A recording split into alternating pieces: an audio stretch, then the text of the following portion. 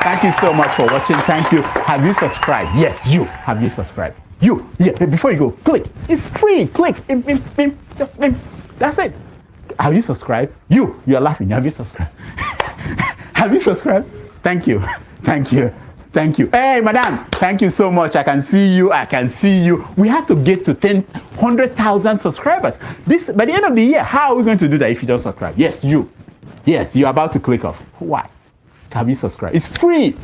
If you don't, ask your son, ask your daughter how to. Just one click. Thank you. Thank you. I see you. Aha. Thank you very much. Thank you very much. I'll see you tomorrow. Uncle, right? I have the right to address you the way I like. You don't know what she already did to me. So learn to control your emotion, right? That is the only thing I'm going to tell you. But if you don't want to control your emotion and you insult me here, I'm going to insult you 100%. Okay. You understand? You cannot insult me on a normal ground. Fiscally, you can't insult me, right? I will treat you like a child. If you insult me physically, I will handle you like a child. I don't care your age. You understand? You are powerful over the camera, so you can say whatever you want to say, but you can't yet say it to me physically. You understand? I will handle you like a kid. Can we arrange the meeting ground? Can we arrange the meeting ground? So learn to control your emotion. You understand? Please don't take him out. I also have a right to respond because you mentioned my name. There's no need to take him out. All you have to do is to meet them or something. And you're taking too long to admonish them. Comment. What did you say? Comment. I know, but he mentioned my name, so I'm asking to respond to him. When he gets your time, no. He mentioned my name. If you want to make it rowdy, I will take you out. Take me out, you son of a bitch. Take me out. You think you're a big boy because you're moderating. Take him out, please. Hello, come on, don't use such word now.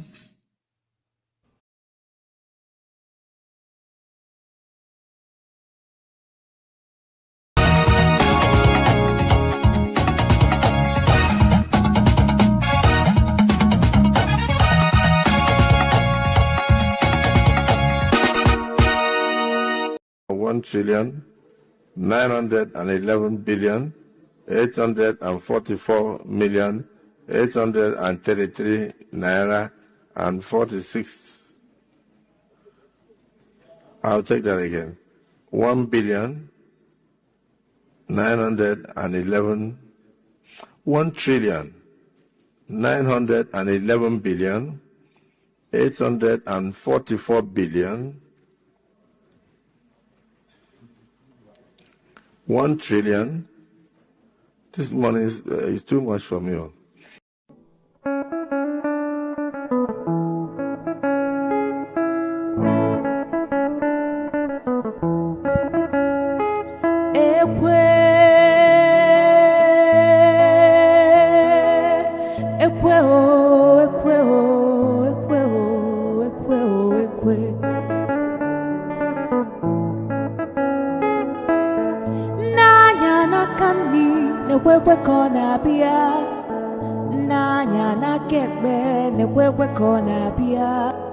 Ebem jelu ekweje gwanu mi fem geme Omo abatano gwanu mi fem geme Ejim gugwo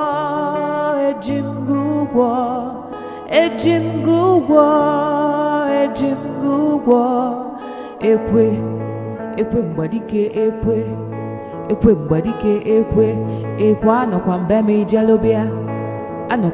ijelobia iwe bụ akpa ego ebia iwe dokwasị m n'ukwu iwe na yom weju iwe na-ebe akwa ị na-ebe akwa onye na-eti gị ekwe mgbadike ekwe onye ibe m na-ewe iwe nya biko wee gbuo ya ọsụkọsụ nwamkpi nya biko sugbuo ya onye ife m na-ewe iwe nya biko wee gbuo ya Osukosu wampinya because uboya silence.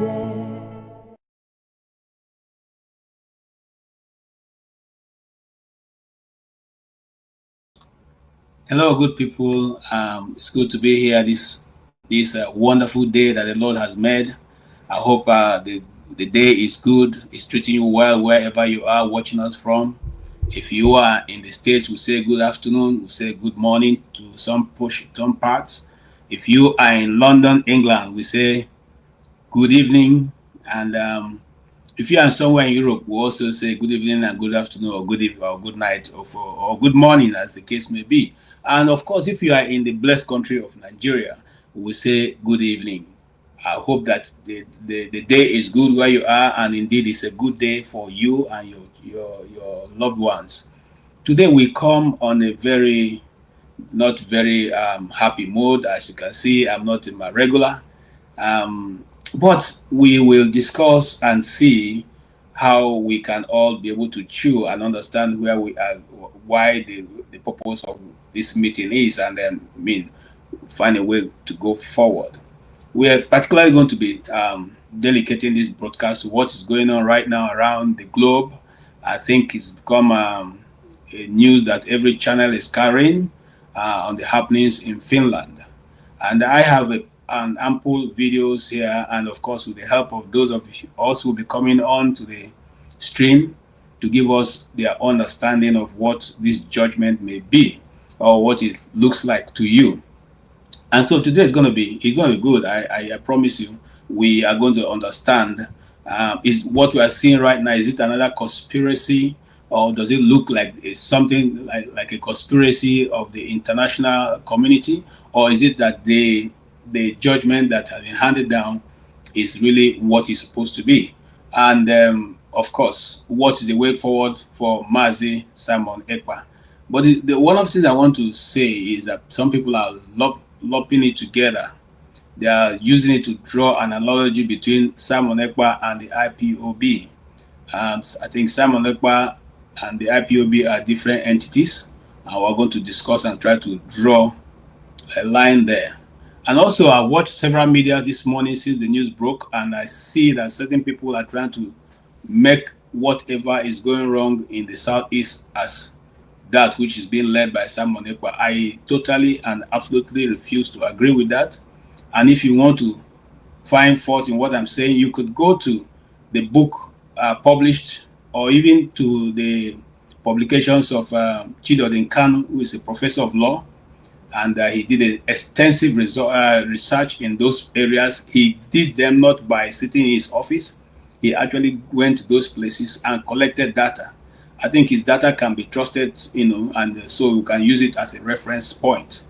Also, if you still have doubt of what is going on in the Southeast, and you think that this individual is the person who is manipulating everything there, I also want to go listen to Asare Dakobo. I'm not going to play his video today because we want to dwell on what we're discussing. But if you go and listen to his broadcast, you find out that he said, myself and the Nigerian army are fighting alongside in Imo State, and that is not a small statement. I didn't say so that tomorrow somebody said the videos are out there. I'm not manufacturing what I'm saying. The videos that he spoke are out there on how his boys are operating in the East, and the word he used is woto. So if you've been following this development like I have been, then you will find out that there are many actors in the Southeast. Some are politicians, some are militias, some are aggrieved members of terrorist organizations that have gone to the Southeast to make sure that it's not a place that people can dwell peacefully as it has always been. And those of us who are Igbos, we know that it is not anything. The Igbo culture does not allow you to spill blood. One of the things that why you need to appease the land is when you shed blood. The blood of the innocent is the blood of people are well respected in Igbo land. That's why no matter what the grievance is against an individual. The moment you do something that bring about harming that individual, the people of that city or that land will totally refuse to accept you, even if you are right, because it is against the land. The land does not accept bloodshed. Having said that much, let's now kickstart this discussion. I'm going to invite people very early, and then I also have one or two videos to play. And for those people who are rejoicing that Simon Ekpa is going to prison, I'm going to play also a video for you of how the prison look like, just in case his other moves don't work. It's going to be a time for him to probably come out of prison and have a PhD, because it gives you enough time to study and organize your life and make the best when you come out of it. So, ladies and gentlemen, I'd like to welcome you to this broadcast. I hope that all our people who support or do not support will be out there. Meanwhile, I want to say today that today is a public holiday in America, and those of us or those workers in America want to thank you for all your good work. We want to thank you no matter what your job is, whether you are the high networking individual, or you are the middle class networking individual, or you are the bottom of the actual working class individual. We want to say your working, your productivity, your hard work and dedication has kept America at the top of the most desired nation on earth. So you are doing a lot. I want to say thank you for very much. The teachers, the lecturers, the professors, you are all doing a wonderful job. The students that go to school every day, you are doing marvelously. The people who stroll the streets, the police officers, the immigration officer, whoever, whatever, where you are, the armed forces, the Marines as they are called, and all of you, the prison warders, and every single one of you are helping to make America great again. And I say to you, thank you. Thank you for your service. Thank you for your dedication. Thank you for all you do. Those of you who are in the health department, who are in charge and helping those elderly people who no longer can take care of themselves, and you have to help them to eat, to bathe, to do all kinds of stuff. We say thank you so much. What you are doing will not go unnoticed. Where man failed to see you, God is seeing your good work, and the angels are clapping for you. Well done, well done, well done. Having said that, let us dive into this real quickly, and we'll get people to come in almost immediately.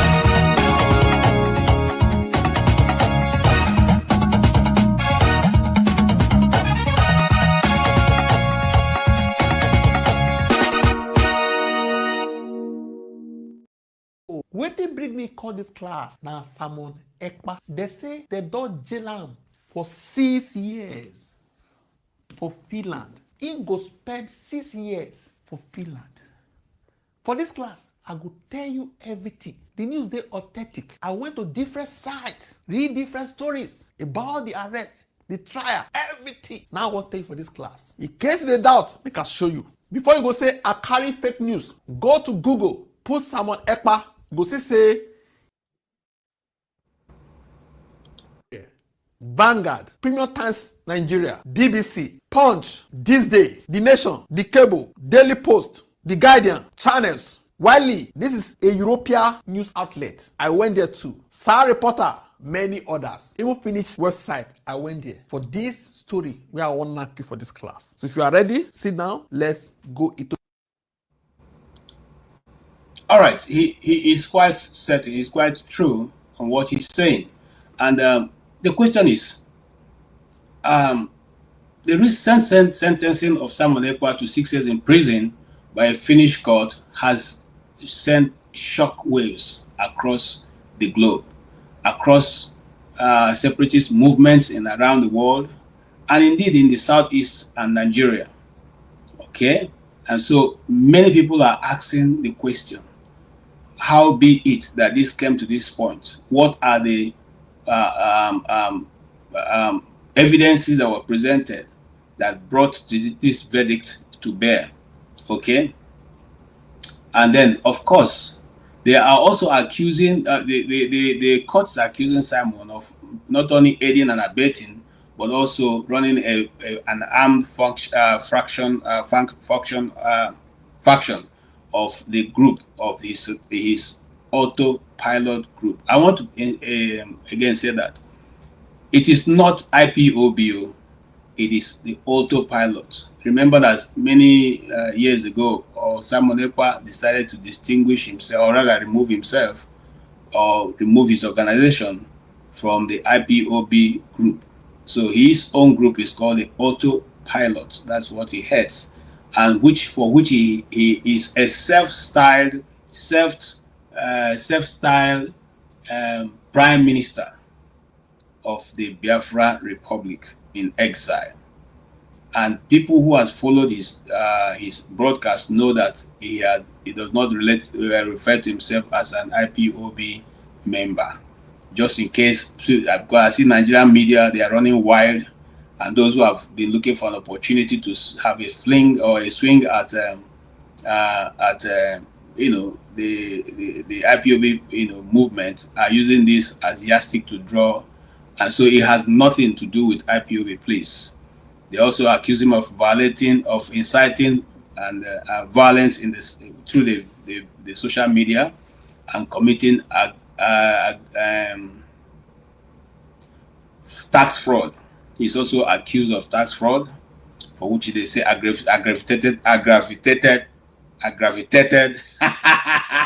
Okay, he's also accused of being, I think I need water. Sorry, of tax fraud in the system. They also said that he's parading himself as a lawyer, whereas he's not a lawyer. It is his wife. It's his wife that's a lawyer, and so he is not really a lawyer as we all used to believe.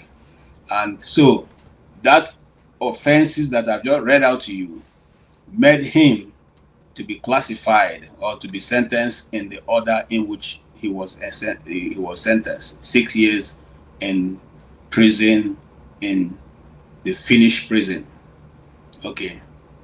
How might this sentencing affect the separatist movement, our activities in Nigeria? We'll discuss that as this goes on. But let's look at Dan Azza. Dan Azza is one guy that I like his presentation, and sometimes I like to use him because he gives you an understanding. He gives you a total package of what he's talking about. And if you have not followed him yet, please go follow him. He's one of the guys in the Nigerian space that you can trust what news that's coming out of his channel. Let's listen more to what he's saying.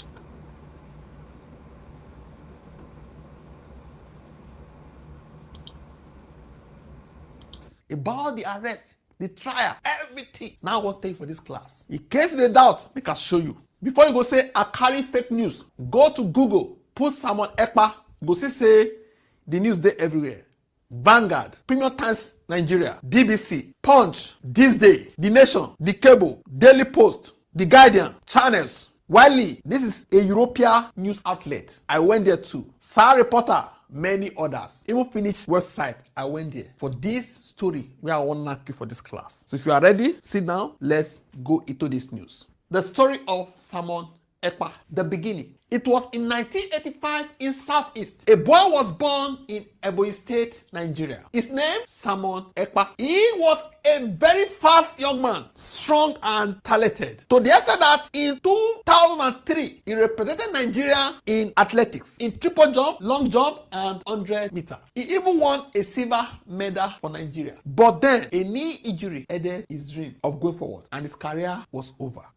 The move. He left Nigeria, landed in Finland in 2007, and became their citizen. He started a family, joined politics, even won a seat in Lati Municipal Council. His life looked promising. His future looked respectable. But something else was brewing inside him. Okay? The shift. He founded a new cause, a new path, and followed it. What path? Biafra separatism. Became a disciple of Nnamdi Kanu. Spoke on Radio Biafra after Kanu's arrest in 2021. Everything what they see for here, so they are coming from the combination of all the news outlets I just show you, plus the one in Finland. Okay? Spoke on Radio Biafra after Kanu's arrest in 2021. But soon, he broke away and formed his own fashion called Autopilot. The arrest. In December 2024, Finland authorities struck. The police arrested him. He was accused of terrorism, incitement, and tax fraud. 4 other suspects were arrested with him. Their charges were dropped. I'm talking about the 4 suspects. What about the case of someone else? Yes, so I also want to say something about that. You see, initially, the Swedish authority arrested 5 persons, that is, plus Simon Ekpa. The other 4 people were charged. And I have followed this as a journalist. You just follow these things. And Simon Ekpa is not somebody that I follow like I did Nnamdi Kanu, but I followed some of his, when they took him to court, I followed all the proceedings that was coming from the court. So the first thing that the court did was to find out how involved are the other 4 persons, because the government was accusing them of having financed the ongoing in the southeast, but they could not find any reasonable documents or connection between him and the rest of the what has been accused of, and so they were quite easily freed. In other words, they were not kept one day. As soon as the court said, "This, you guys, you don't have any case to answer," their own situation, their own case was done.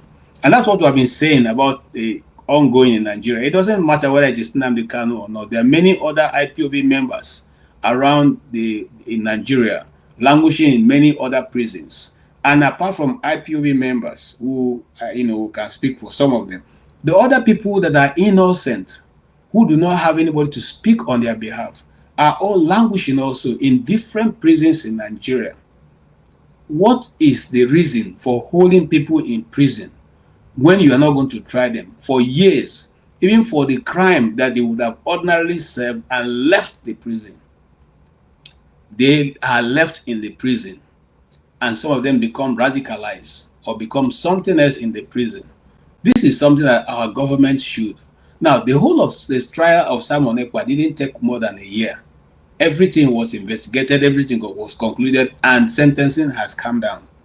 So we were also going to look at all that. So no matter what you think this individual have done, if you cannot be able to bring a charge that can be sustainable in court, why not leave him? It's better for one innocent man to be freed, okay, than to I can't frame it right now because I think I'm a bit not distraught, as that's the right word. But the truth is, we cannot continually to demonize our citizens and expect that other people will respect us, or we expect that other people will respect our people when they are on that side, on the other side of the law in their countries. We must show example of how we love our citizens, so that other people can also do the same thing for our citizens. Let's go on this this discussion. His own was too strong to drop. Wetin make them not drop his own case? They thought say, according to the prosecutors, from 2021 to 2024, Ekpa called for sit-at-home protest in Nigeria. He urged followers on X, Twitter, to implement it. He pushed separatist propaganda. The court said, that is the Finnish court, the court said he helped form armed groups, supply weapons, explosive, and armor. Use his influence to incite terrorism abroad, according to Finnish court. The trial, May to June 2025, May-June 2025, within 2 months, the court had 12 sessions. 3 judges tried him. All of them, with one voice, they found him guilty. Ekpa denied everything when they talk against him, but the evidence overwhelming when they showed them. Okay? The verdict. 1st of September 2025, today, the court delivered judgment. Okay, other thing you must also know is this. There have been several freedom fighters in Africa who have used Nigeria as base in the time of the struggle of their nation. So what we are saying here is that we could have simply taken those people to court and declared that they are also what? Terrorists. Because somewhere, Mbeki, what's his first name now? The former president of Southern Africa, who lived many years in Nigeria, and many of those freedom fighters from, Southern Africa, from Zanzibar, from all those, all those places in Southern Africa and in East Africa, that were using Nigeria as base for the struggle of their country, should equally be taken to prison. So because some people come up with the idea that because Simon Ekpa was struggling for the freedom of his people means that he's criminalized. You could say the method, which is what the court said, is not approved, but not because what he's doing is illegal. If it was illegal, then the United Nations wouldn't have said that it's the right of everybody, every nation and everybody to determine where you want to be, whether you want to belong to a nation or not. There are people on earth today who say they are citizens of the world. They don't belong to any nation. They are called, I've forgotten the right word, right? Not coming to my head now. But you see, they carry that passport. They don't belong to any nation. They belong to themselves, to whoever they decide. They say they are world citizens or something like that. And if you go to, if you're somebody who travel wide, you find out that you get to certain airports and you see a designation for such people. They pass through there. They already know, that these people exist. So, but for me, if you ask me, and I will keep saying it, I do not approve some of his utterances, but I can't do what Simon Ekpa was doing. Was he doing it well?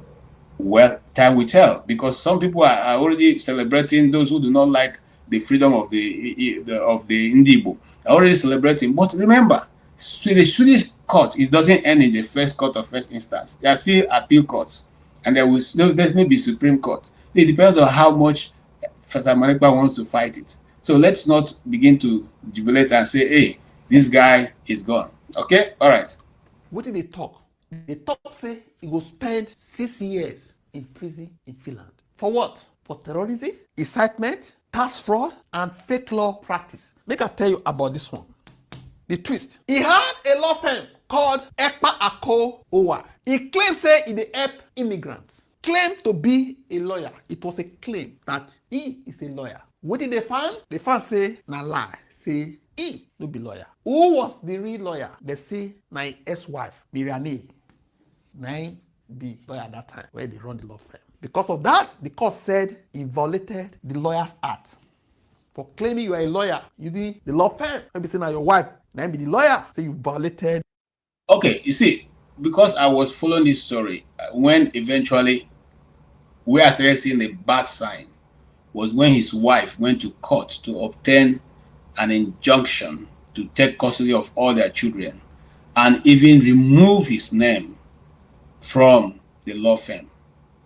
Okay, being a citizen of the nation, I know that you'll have some insight into what was going down.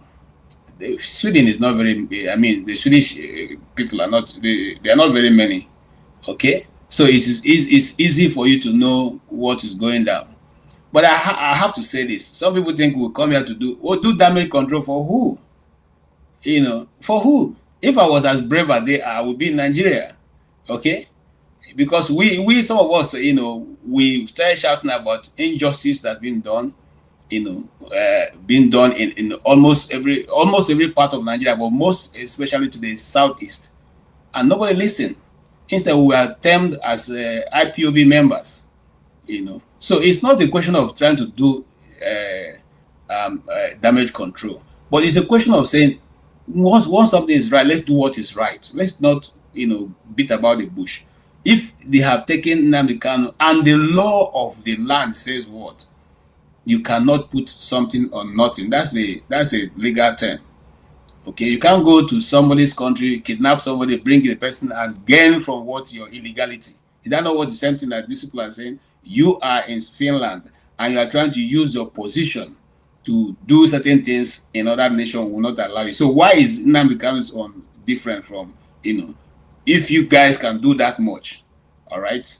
And let's not go there. That's, like I said, we don't want to spread our wings too far so that we can deal with the issue that brought us here. Thank you.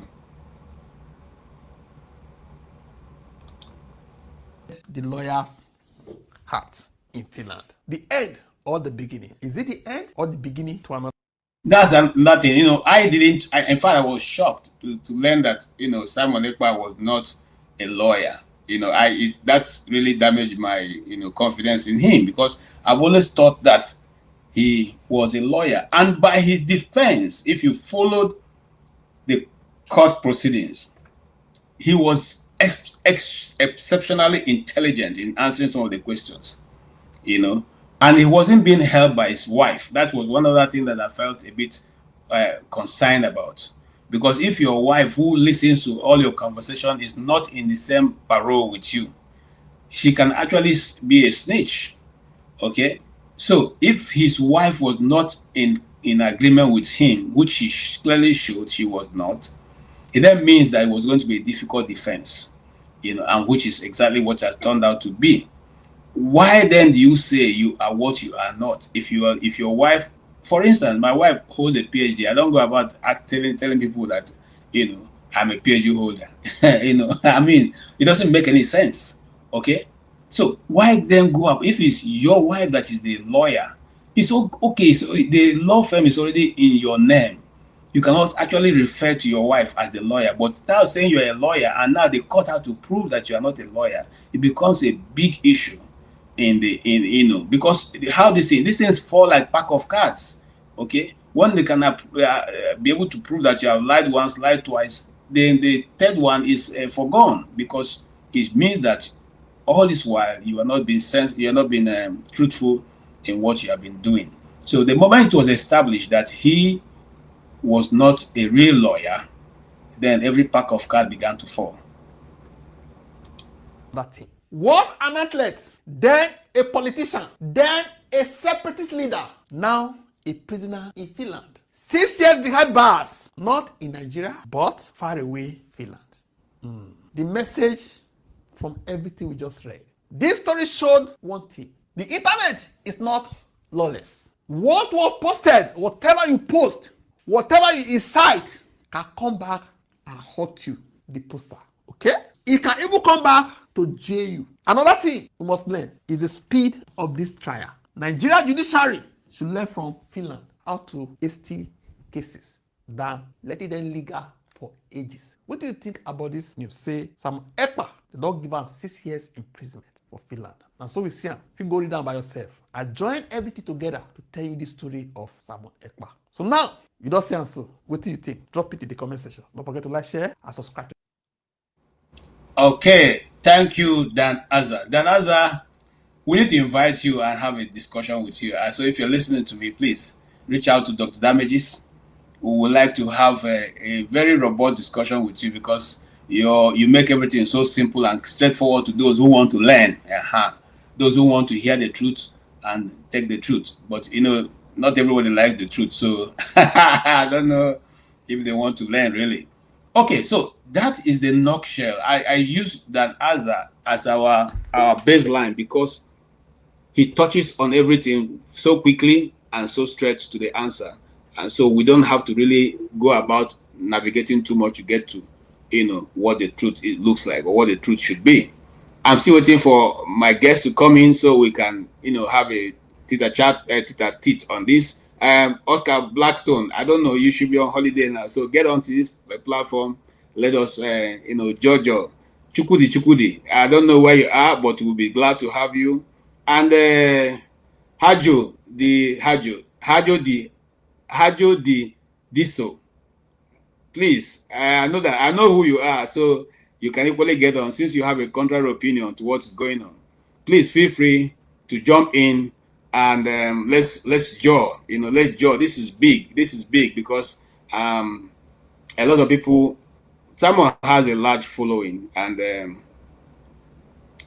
because of that, I know that a lot of people will be interested. So let's discuss. Wherever you are, here comes my brother and friend, the public guy himself, and also my good brother and friend also. Mr. Oti. Mr. Oti and I go a long way. When I say go a long way, he was supposed to be a priest. I was also supposed to be a priest. But here we are today, living a different life. You are all welcome to this discussion. and I really appreciate your coming in quickly. Just one more video, and then we can go on and talk about it. I want to show you what it looks like to be in the Swedish prison. That I had never experienced before until now. Thank you so much for watching this video. Thank you, Hotel Kakola, for the invitation and modernized the wall. Oh my god. In this case we have two beds. Originally there was only one because of the isolating section. We have here some radio box. Here we have our toilet paper, but no one can steal it. No. Of course we will have also a couple of hours to feel the sensation of this room. So probably the most shocking thing is that prisoners were allowed to have sauna. Only in Finland, definitely. Not having a toilet to poop, no, that's a bucket. And prisoners were able to go once a week to the saunas. This is pretty fancy, pretty nice. In 2007 this prison was decided to be closed because of the bad conditions of the building, the illegal activities, and the security that it was just in the center of the city. It has been 2 hours now. Solitary confinement starts now. It's 2 a.m. right now. Honestly, I have woken up a couple of times and I have hit my head 2 times here above. I don't know, it has been hard to sleep a little bit. Good morning. This was such a great experience. Hotel Kakola really teleported me into the old Finnish, the past, and a completely different environment that I had never experienced before until now. Thank you so much for watching this video. Thank you, Hotel Kakola, for the invitation, and see you in the next one. Bye. Okay, that is some of... I just choose one of the worst ones. I didn't want to give you guys the one that looks like Transcorp Hilton that is there in... I wanted to just see the worst of the situation in prison in Finland. So those who are thinking that Simon Ekpa is going to suffer for 6 years, they should think again, because did you see a bottle of wine in that table there? You know, you saw a bottle of wine in one of the tables there. So even the prisoners are giving wine. So, I mean... the only thing that's different is that you're not going to be allowed to move around, but life will be good, you know. And yes, Pablo, you're welcome. What do you say and what do you think about what is going on or going down with our brother, the self-acclaimed Prime Minister, Simon Ekpa? I say assalamu alaikum and I welcome us to today. In the name of the Father, the Son, and the Holy Spirit. Amen. I think you started by saying that this is a sad day. Yeah, I think it's sad because he has followers. I'm not, obviously, I'm not one of his followers, but he has people who admire him. He has people who celebrate him. He has people who look at him, and I respect those people, and I respect him also. I can do what he's doing. I'm one of his admirer. Yeah, so I don't have any problem with you, bro. No, I think to me it's not a sad day. I think it's a very important day in terms of the new world that we live in, that we have to coexist with the cyber world. So there is a bigger implication than the way we just assume from just Nigeria and Finland, right? So there is from the platform owner by themselves. You have to start looking at their own love. But I don't think we'll get to that stage yet until after the final verdict of their high court, because from the international community is actually paying attention. From the day it confirmed that he's been arrested, the international world is looking, what is it going to be like? You know, in terms of cross-border jurisdiction, cyber. We're talking about free speech the other time. What is the cross line between free? What is the cross line between the digital activism and all that kind of thing? So it has a wider implication. So other countries, other nations, other internationals are paying attention. What is he going to be? Because he's going to set a precedent. I think he probably be the first person. I could be wrong, but I think he's the first person that is being charged. You're right. Yeah. So it's more of a it's going to be a bit more of a reference case for as long as the world that we live in today exists. So there's still more going on. So I'm looking at it from that angle. But again, when I read, especially follow the story from international media, one thing that keep occurring is the word Biafra.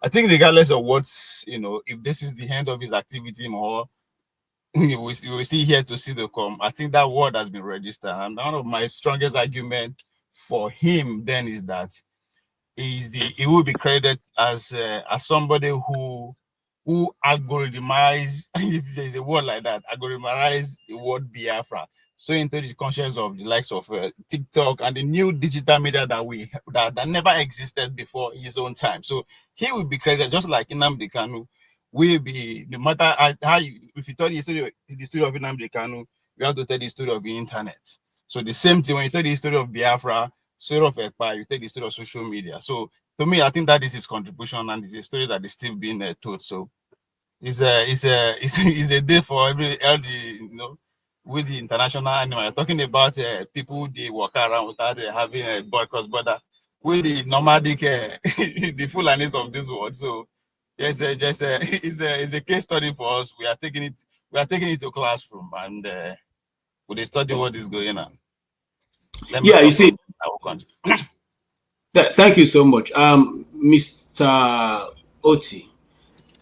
What came into the international media as they are analyzing what has transpired between the court and Simon Ekpa. One of the things they said is that the reason this escalated was because Nigeria has failed to have a border, an internationally recognized border. Instead, it allows Fulanis of all sorts to flow in freely and flow out freely and go to any part. I mean, I'm talking about international media now, in analyzing what has led to the agitation in the Southeast. Will you agree with them on that analysis, that that's what have escalated the the agitation of other tribes in Nigeria, especially the Igbo people? No. Now this I think if I can just identify one thing, put my finger on one thing that is the problem, our problem. I think it's really lack of clarity, lack of moral clarity. You know, so many these things are kind of also mixed up. Very strands. It's complex, and really, we can only begin to analyze by perhaps identifying one aspect of it. Okay, now for one thing, KJ, when you were introducing this discussion, you did mention that you paid attention, you followed the trial of Mr. Simon Akbar. Well, I mean, I didn't. It for me, I've no reason to be interested in it, quite frankly. And then you appear to see him as a freedom fighter. I think that is a category mistake. Now the reason why I'm saying that is this: freedom. Whose freedom? Okay, so that's the first question. I'm sure you cannot give a right answer, straightforward and uncontestable answer. Whose freedom is he fighting for? Okay, we don't know. So now and again, when we talk about the South, is the confusion, the killings. Well, I'm not gonna say that someone Ekpa is at least not solely responsible for the mayhem, for the chaos there, but again, it does not deny the fact that he has played a part. Okay, and that's what is going on. It's not freedom fighting. I mean, that's not how freedom is fought for. Again, whose freedom? So it's all messed up. This gentleman, I don't have any sympathy for him. Equally, I am not rejoicing. I don't have any reason to be happy, or that he finds himself in trouble. But I just wish that our people could, learn from experience. You don't have to kind of. That is when we talk about education. It's also learning of experience, what goes on, understanding how the world works. Okay, you may be passion is not enough. Are you with me? Passion in anything we're doing in life is not enough. You also have to understand how it works. And that's where really knowledge and experience and the willingness to learn, to be corrected, that's where it comes in. Okay, no one person knows everything. So when I look at this chap called Simon Ekpa, the way he carries himself, who on earth could take this guy seriously? He's not serious. No, yes, look. So, and then he says he calls himself a prime minister, and then that he's gonna declare Republic of Biafra. What a bullshit! What a nonsense! And the people are taking this seriously. And then Now because here I know some people on personal basis, friends that even believe in these things. Are you with me? They actually believe that Biafra is gonna come and take him, regard him as a prime minister. People living in the United Kingdom.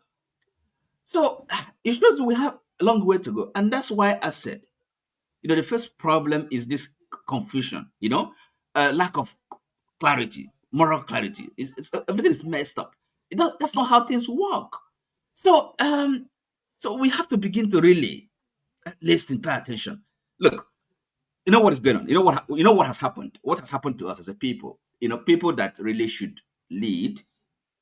Well, you may call them elite or whatever, or intellectuals or people that whatever you want to call them. But at least people that have some knowledge, people that have some understand how the world works. Everything has a system, and I'm not saying that we have to. The status quo has to remain. We're not gonna change it. Myself, I'm a revolutionary in my thinking, radical. But again, you have to understand how these things work.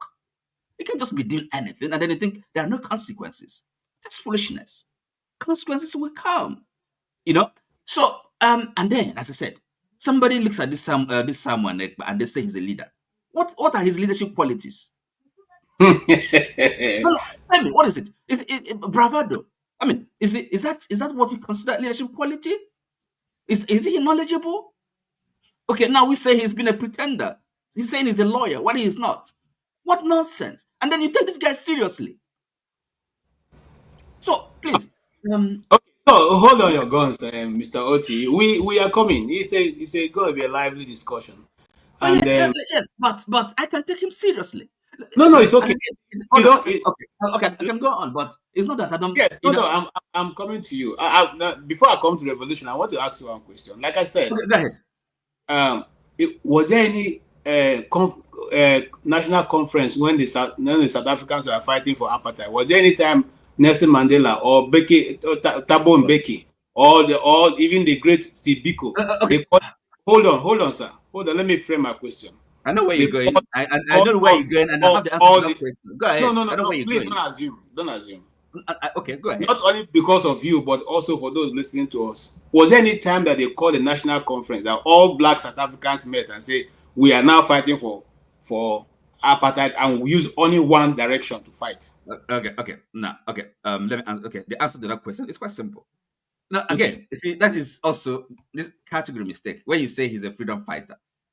Now, I don't know who. Look, he's not a freedom fighter. Why do you think that? Who's freedom?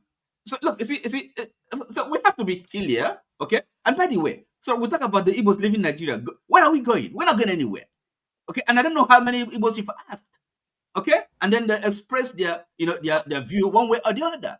This is an assumption. This is people pretentious. People are arrogant themselves. The powers, the authority. They don't have.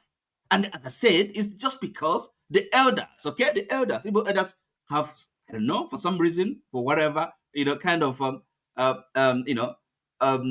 abdicated their role, gone astray, okay? And the intellectuals are the same thing, no voice, okay? It's a shame, but the likes of Simon Ekpa, that is nowhere to go. It's a path that leads to perdition, and we have seen what has happened. So where is the improvement? Where is the security? Where is the prosperity? And where are the promises he's made? Nothing. It's all bullshit. Everybody. So listen. Okay, I'm not saying. Of course, I understand the problem we have, right? Okay, but we have to. Don't mind him. I've already started the broadcast. I did my own. We have to know how to go about it, right? And yes, already on. So that's a different topic. Yes. How to go about it. But for this, if it is this brigandage, this kind of this kind of shenanigans. No, it's pointless. It's people are making money. People are just deceiving others. People are just leading the youths astray. That's the pity of it. Okay. So and that's when I say people we have to well, I'm happy my friend Revolution here, and if you allow me, this is a kind of a digress. Revolution, So the other time, I mean, I don't know. Well, I'm happy you didn't take it as an insult, and it's not an insult on my part. I don't insult people, but sometimes I can be harsh with my words. If I'm convinced about what I'm saying, I don't make an apologies about my views. They may be strong, and I express them strongly if I believe in them. So look, it's not. You shouldn't take it personally. And what I mean by that is this: it's because I'm speaking to something. I'm speaking to if like a kind of something that has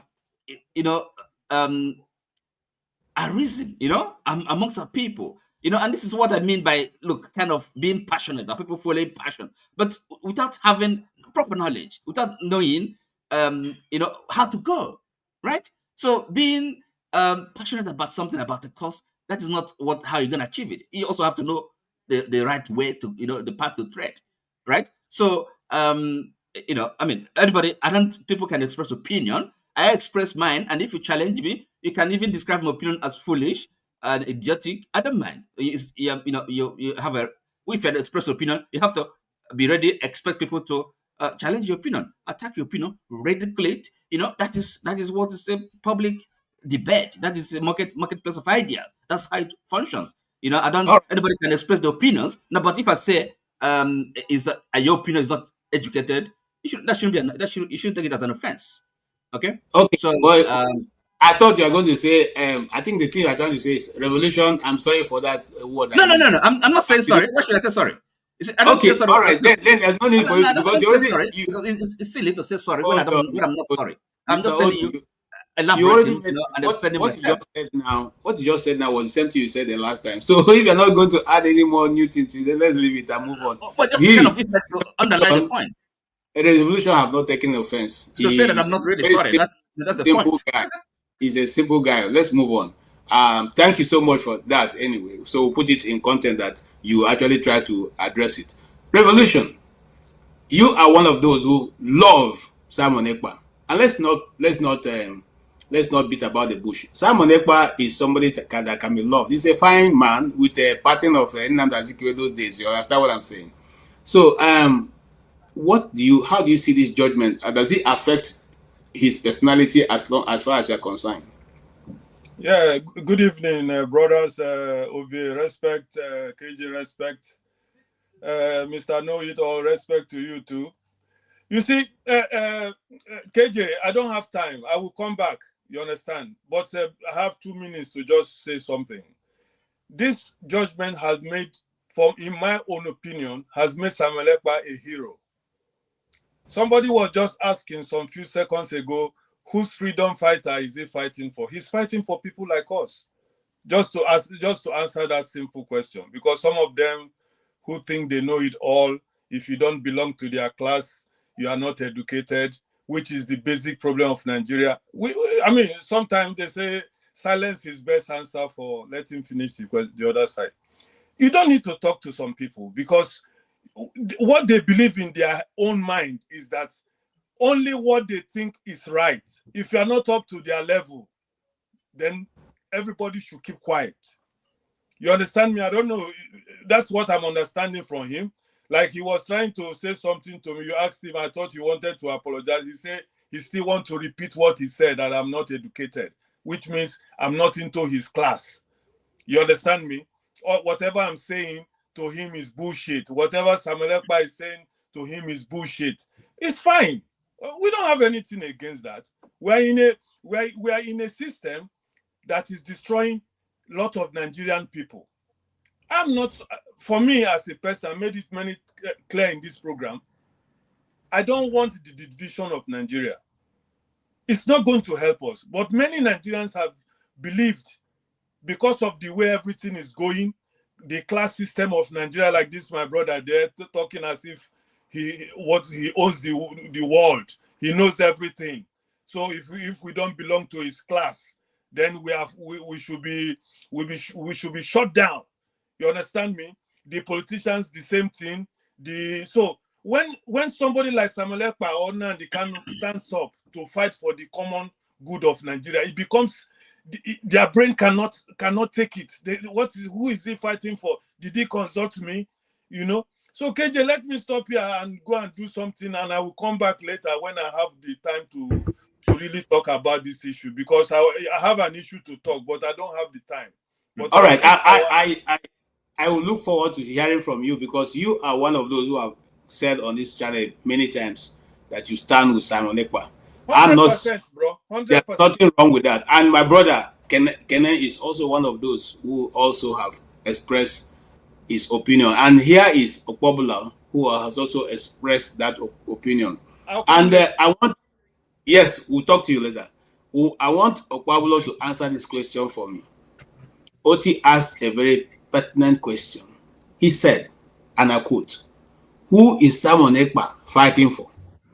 Do you have an idea? Or is he a stranger, just a lonely, wild wolf running around thinking that he has a pack of wolves with him? Ekpa could be fighting for his family, his own kids. He has kids. I think kids are what fighting for. So unless his kids are not Biafrans, because I just the reason why I said that I follow it from the international reporting, and the word Biafra keep repeating. Matter of fact, they admitted that the country Biafra once existed for like 3 years. This is put out there by educated people, facts, scholars, not Agbero like us. This is a report of scholars that Biafra existed for 3 years, which eventually ended through the civil war. So these are scholars. 2 months ago, I was in Texas, and I get into argument with one Ivory Coast guy who is a ardent supporter of Traore. So, and I was like, what is the difference between somebody going from American hands to the Russian hands and all that? So we're, very two Africans. So we're going at it, screaming that we're at somebody else's house. So the owner of the house is an Indian. The man walk outside. He look at her. He say, "Come, easy. I understand this." So I was trying to explain to the man. He was trying to explain. He said, "No, calm down." He said, when India was going through their struggle, they have two people just like you. Some people want us to still continue with the British way of doing things, while the other way. So he told us with a smile, and before you knew it, all of us got keep quiet. So, and our people say there's no one road to market, right? There's no one way. Say this is the only way to get freedom. If not, a PhD holders go together, go just put them together. Nation will come to be. It doesn't work like that. No nation in this world. It is a combination of the rejected, the foolish one, the idiot. Because now the idiots, then they go die. Now then go sacrifice their blood for that dream to come true. The educated one will not. So it's a marriage. And that is a definition of a society. Everybody get rights. This idea of education experts, this was less than 100 years ago. And that thing come to mainstream due to Manhattan Project. Because now educated and expert carried out that, it was very successful. But again, there are many roads to market. No, you will never understand why that person wants whatever he wants. It's a different thing. So the same, just as the Nigerians we have. KJ, am I allowed to interrupt? As long as very civil, we are still for now. No, look, I'm not civil. Look, I don't. Look, look, it's now the question really is this: the people, any freedom fighter, quote unquote, is fighting for. The people have to be with you. They have to follow you willingly, not by compulsion. Okay, not the threat of when their lives are threatened and the properties, and they are forced to behave in a certain way. You call that freedom fighting. So where is the grassroots, the mass following? And it's not there. It's up by force. And that's why all this, you have arms everywhere, right? So, and they're talking about, you're leading people. No. No, that's people don't want that. Nobody wants that. Go down to the village, to the grassroots, and find out what's going on. And then these people stay in Europe, in America, in Asia, these places, and then they're sponsoring these things, using the media, the internet, and they say it's freedom fighting. No, if you're a serious freedom fighter, you have to be on the ground. Get to the ground, talk to the people. Let's see how they welcome you. So okay. Thank you. Thank you. But coming back to you before.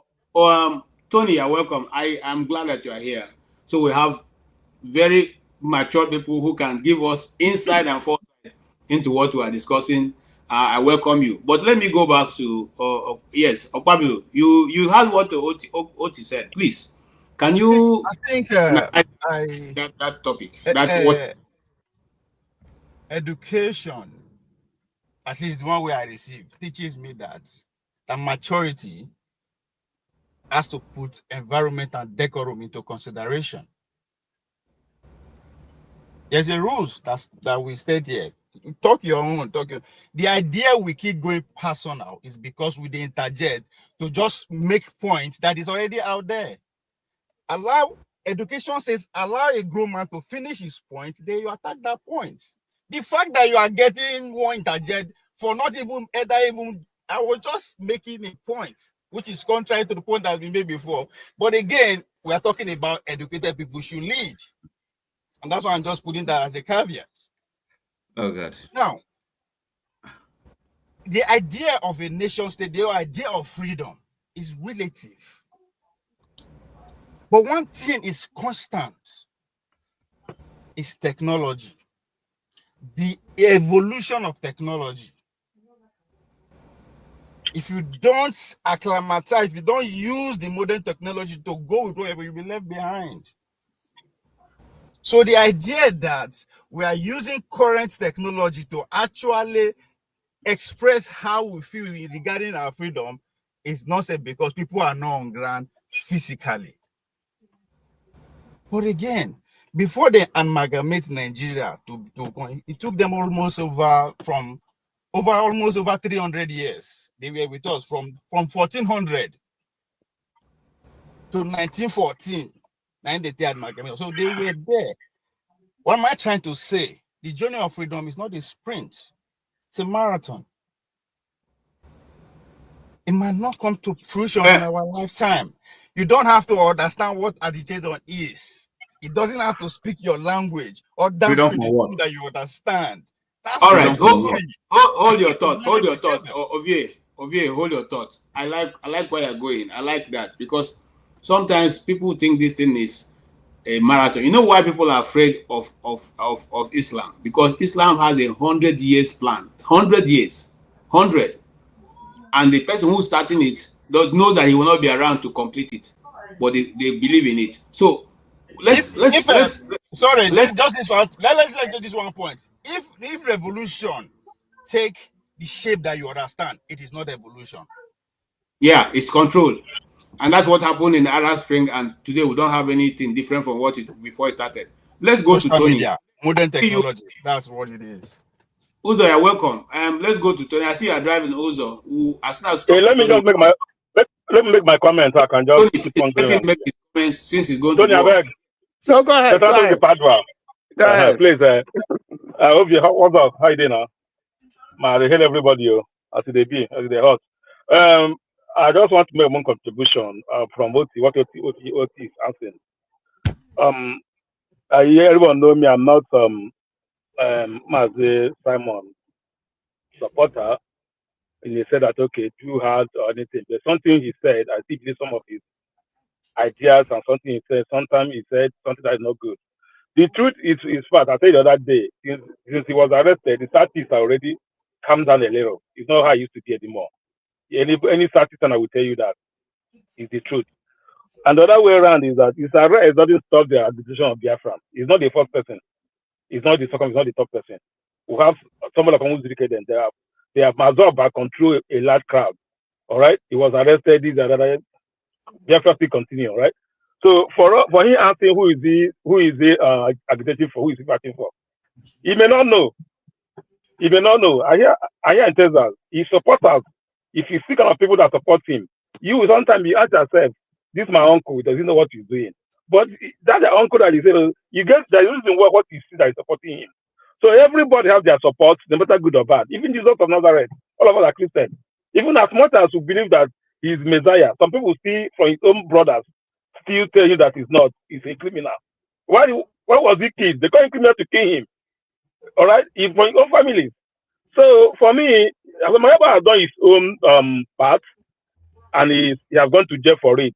So if after all this he didn't go to jail, that means he just is not real. We all know that everybody that wants to stop anything, he must pay for it, either with their life or if he didn't like plan to go. If you do all this they allow you go. That means, guy, you're not even wanting to call anything. You're just nothing. So he has already started for his whatever he said. He may not say everything right. If he says everything right, that means it's wrong.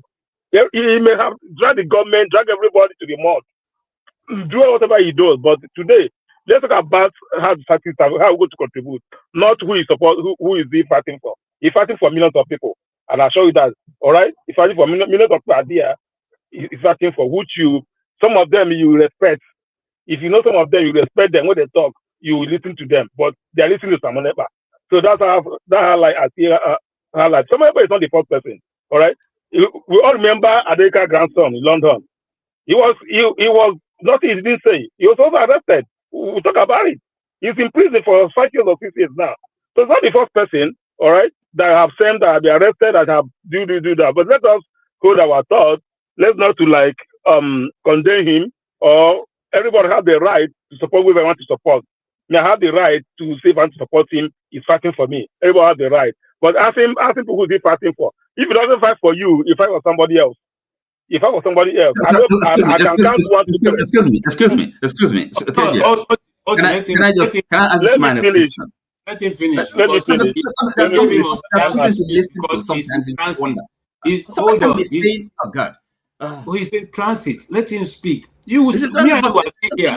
I don't know we if have you 3 hours. You understand what he's talking about? So you have a right to support everybody. So even a criminal, somebody did something wrong, you support him because come on, what kind of logic is that? For you, no, can we have educational? You see, for you, that is a criminal. For somebody else, not a criminal. So don't go say you see somebody as an innocent person. That person is. We can't distinguish between. Come on, listen to yourself. You are mature. That's not that you're mature. You know that where you. I don't know Jesus of Nazareth, for example. You see him as he's a Messiah. He's the Son of God. But some people see him as a criminal. So that's how life is. That's how life is. You can't say education stays don't attack. Okay. What is the benefit of it? Not me you there here. No, not to go to the ground. You are going to education. Not me there here. Education. Leave that way they talk, my brother. So he may see someone as a criminal. Do you understand what you're saying? Oti, no, that's what you're saying. I'm not saying you're not what you're saying. You that stammer now, you're not what you're saying. You want us to go for grab, I get that liver. Not going to require the keep those and I get that liver to go where I want to go. So allow somebody to support who want to support. I'll give you an example. John Nazareth, he's a Messiah which you know, and people still call and thief. So whatever it is, them and come here and ask people who is support. I'm not in support. You allow people to listen to him for God's sake. Okay. Let the people. Okay. So if you come here to I just finish by saying, yeah, he's gone. He has paid for what he's done, whether good or bad. He's paying for it. So let's just learn from that. Everybody can go learn for that on my own. Let's learn from that. If you notice the title of our broadcast, it says he's not, he's not undaunted by whatever situation he finds himself now. The fight continues. It's called those days when we used to do student union. It's called a luta continua. It doesn't have an end. We will go back and come back tomorrow. And we did it for a long time in Nigeria until we realized that we have many sellouts. Just like I want to tell Oti, there's always going to be people who are not in support of what you are doing, whether it's good of your nation or not. When I was one of the set of coppers who fought and said, look, they were paying us 1,500 naira at that time. We said this was not a livable wage.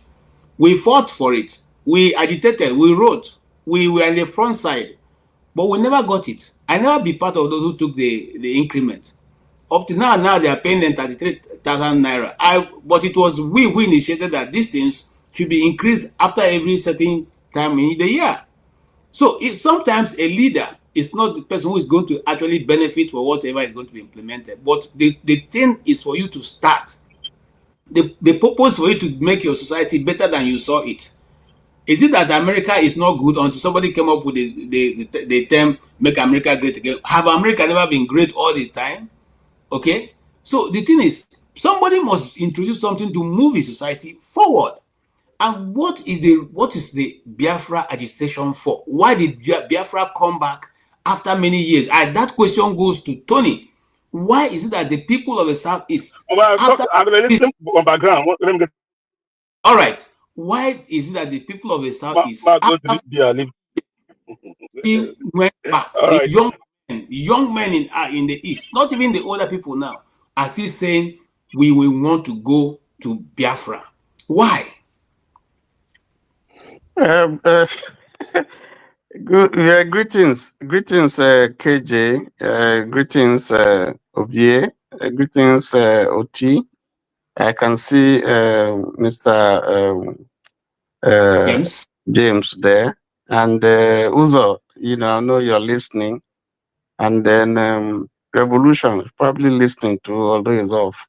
I greet everybody. There's something that Uzo just said that just reminded me of a friend who is a Jew. He's a Hasidic Jew.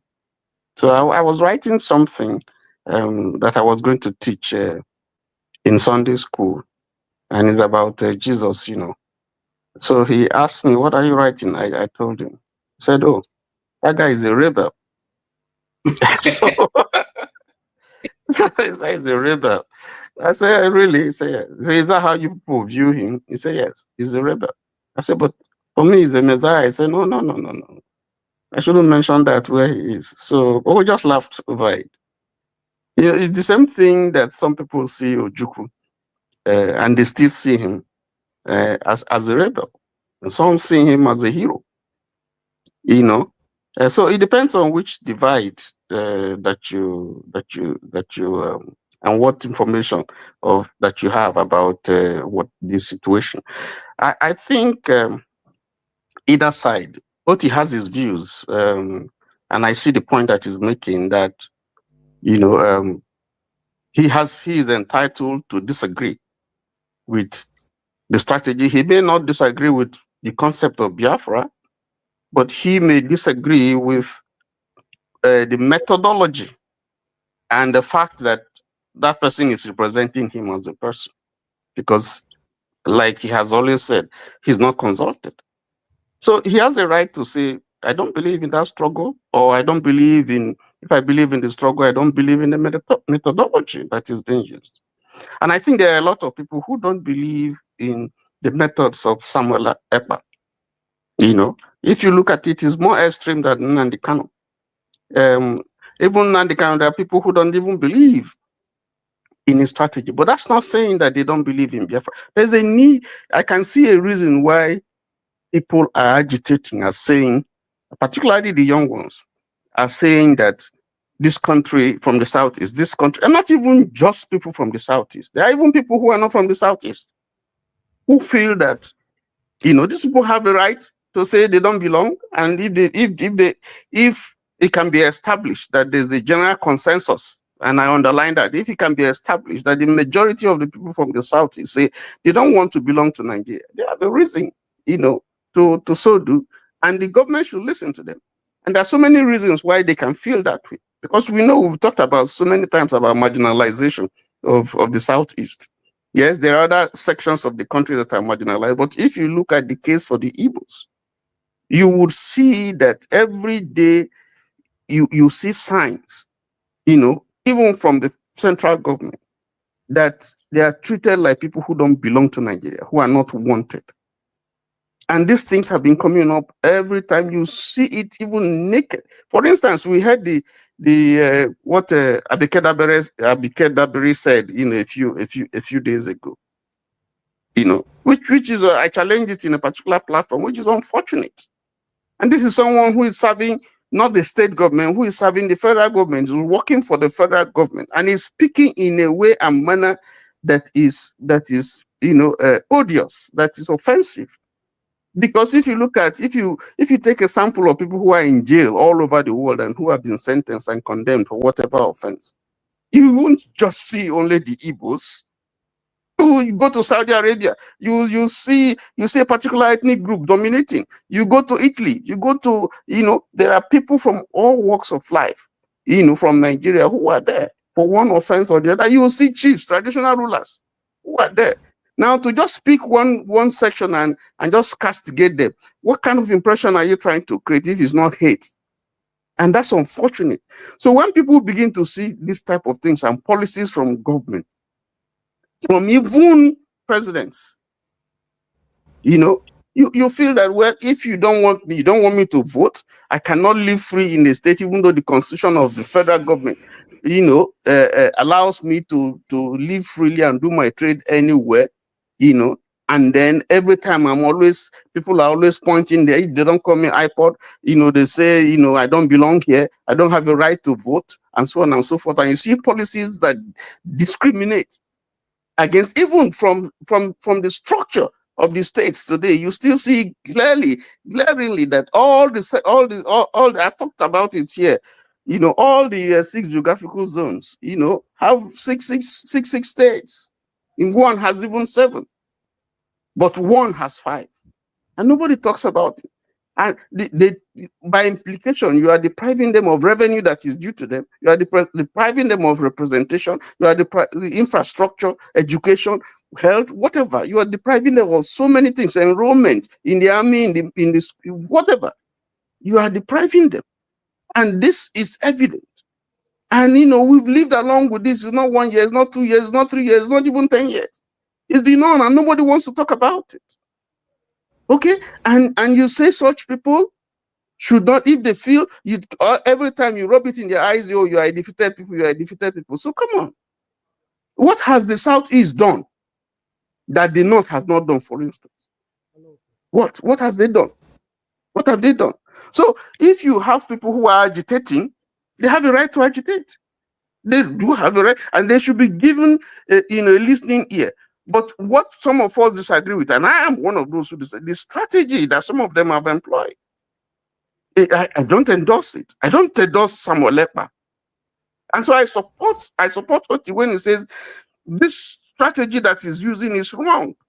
And thank God he's not been tried in Nigeria, because if he was tried in Nigeria and jailed and sentenced, in Nigeria, they'll say, oh, but this is a foreign country. And so you can't say bias. There's no element of bias. If he's jailed, it's unfortunate, but he deserves that. And in any case, he expects it, because if you go to the trenches, that's the likely implication. That if you are found guilty, if but I think he threw caution to the wind, because in the way he went about it, some of the things that we heard him say, he was here on this platform, and I saw some of his responses and the way he reacted, and that's not that's, for me, is not I don't think, I'm not his fan, Okay.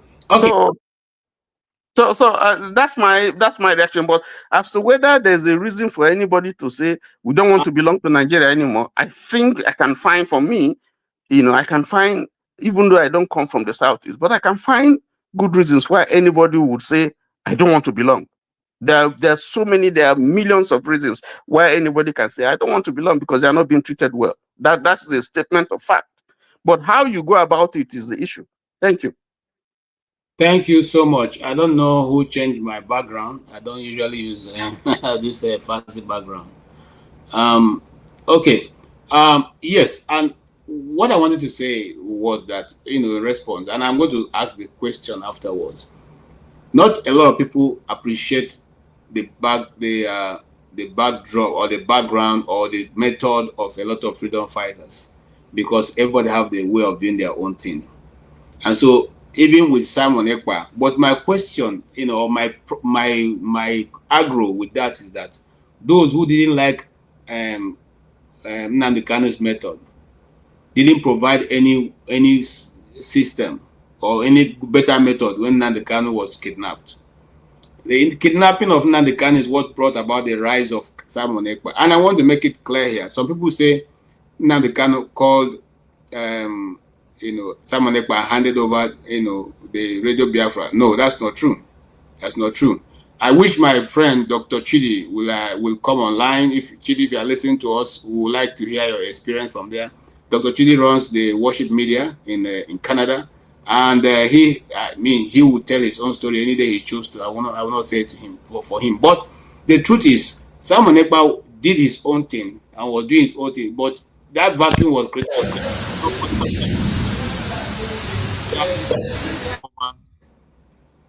And listen or fill in that gap when Nnamdi Kanu was not there. The intellectuals that Ochi is asking for didn't fill in that gap. The Amadiohas and the heads of chiefs in the Igbo land didn't fill that land. And they did that position, and they didn't provide a mechanism or a structure.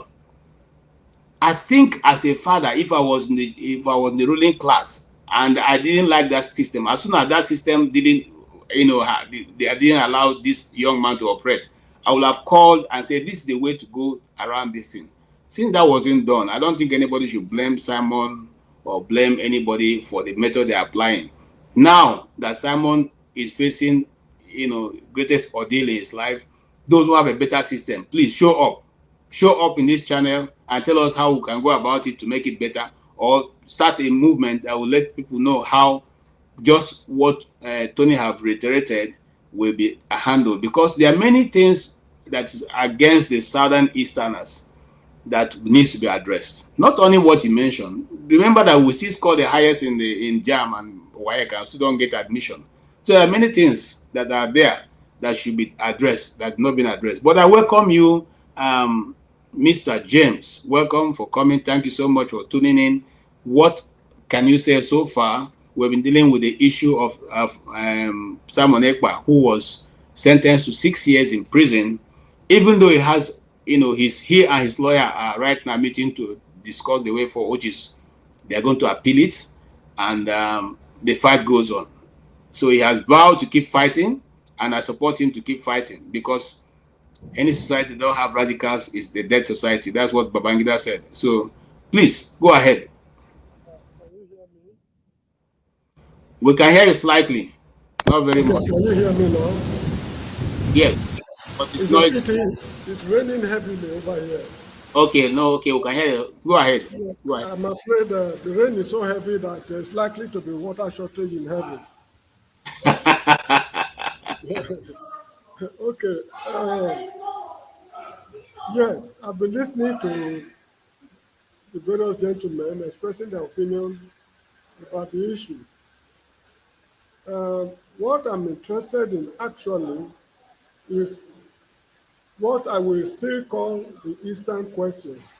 Some time ago, while we were discussing the Ghana issue, I used the phrase Eastern question, and some people were annoyed.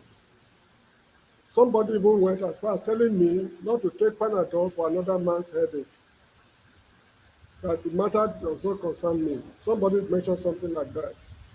Now, we should all be concerned, because although it is an Eastern problem, it is affecting the whole of Nigeria. There's no section of the country that is excluded from the top, what we call, there's a word in physics, the top, from the turbulence that is, rocking the nation. I call it Eastern question for a number of reasons. You just give me a little time to explain certain things. When the federal government of Nigeria during the military era decided to industrialize the country, they set up a larger steel complex in Warri, the minority area. A Jakarta Steel Complex in Kwara State then, I think it's now Kogi or Nasarawa, I don't know. Katsina Steel Rolling Mill in Katsina. Jos Steel Rolling Mill in Jos. Osogbo Steel Rolling Mill in Osogbo. None was located in eastern Nigeria. And those who feel that there's nothing like Eastern question, I would like to ask them the question, why was none located in Eastern Nigeria? Up till the time I left Nigeria, we had 3 international airports: Port Harcourt, Lagos, and Kano. Despite the fact that the Igbos are among the most traveled Nigerians, if not the most traveled Nigerians, they refused to give them an international airport. Those who believe it's not an Eastern question, they should tell me why it is not an Eastern question. Abandoned property issue during the Civil War. Up till now, nobody is saying anything about it. Those who believe it's not an Eastern question, they should tell me why it's not an Eastern question. The 3 arrows, reconciliation, rehabilitation, and something of Yakubu Gowon, no victor, no vanquish. How sincere has the federal government been? If it's not an Eastern question, somebody should tell me why it is not an Eastern question. Now, these issues we are dealing with, be it the Igbo King in Ghana, Simon Ekpa, and Nnamdi Kanu, somebody should tell me why these issues should not be Nigerian problems. The country is being tossed up and down on the political arena because of these problems the Easterners are grappling with. I've been of the opinion that if they are part of the country, we should address their problems. Just like we felt that the country was not industrialized, so we need steel structures to produce, steel billets and what have you, to industrialize the country. We should incorporate, there's no way you can detach them from the country and you want the country to be normal. That is one way I'm looking at it. Now, the ANC in South Africa, initially they did not believe in armed struggle. They believed in negotiation. Let us talk over it peacefully. Till it got to a point, they said no. Peaceful negotiation will not solve the problem. Please mind you, I'm not advocating violence. Now, when they agreed that peaceful negotiation will not solve the problem, they took to armed struggle. They all left the country, with the exception of Nelson Mandela, Winnie Madikizela Mandela, I think 1 or 2 other people who remain in the country. Thabo Mbeki, Jacob Zuma, Steve Chiwete, and you name it, they all left the country, roaming the world looking for assistance. So this is where Mr. Ovie's idea is resonating with me. To fight a modern liberation movement, you don't need to be located inside the country with the modern technology at our disposal. But again, fighting the Igbo cause, the way we are fighting it now, in what way will it benefit the entire country? That is what I'm interested in. What alternatives do we have? We, the educated people, we are not preferring solutions to these problems. I remember reading a book written by James Michina. The title is Space, why the Americans were planning to go to space. The man said that no matter how difficult a problem is, if reasonable men sit down to find a common ground, the problem can be solved. That was when they were working out the modalities on how to go to the moon, what no man has ever done. And actually, reasonable men sat down, they were able to find common ground, they solved the problems, and they were able to launch man on the moon in 1969. No matter how difficult this Igbo question is, this problem can be solved. But one thing I'm sensing is that the present ruling class is the ruling class that fought for the independence in 1960 has metamorphosed into this present ruling class. This is one thing disturbing the country today. We need a new political dispensation. This present ruling class cannot take us anywhere. See the way they've been governing the country. Look at the parliament. Look at the military. This was not the military of Yakubu Gowon's era I knew while I was in Nigeria. Look at the judicial service. We now have what we call fond memories of Gandhi Fawehimi, Chief Rotimi Williams, Chike Ofodile, and other people. People of their types are no longer available. The country is plunging down the drain every day. So what should we do to move the country forward? I want to suggest something. Let me also look at it from the federal point of view. I've been seeing things from the eastern point of view before I suggest something. Since the Civil War ended, the Igbos, they seem to have secluded themselves in a way, to detach themselves from, let me say, the whole country in a way, not politically or, in doing things among themselves. Before you win a presidential election in Nigeria, you must team up with another ethnic group. No matter how clever or efficient, no matter how well organized you are. Before Buhari won, he teamed up with Bola Tinubu. Before Tinubu won, he teamed up with the North.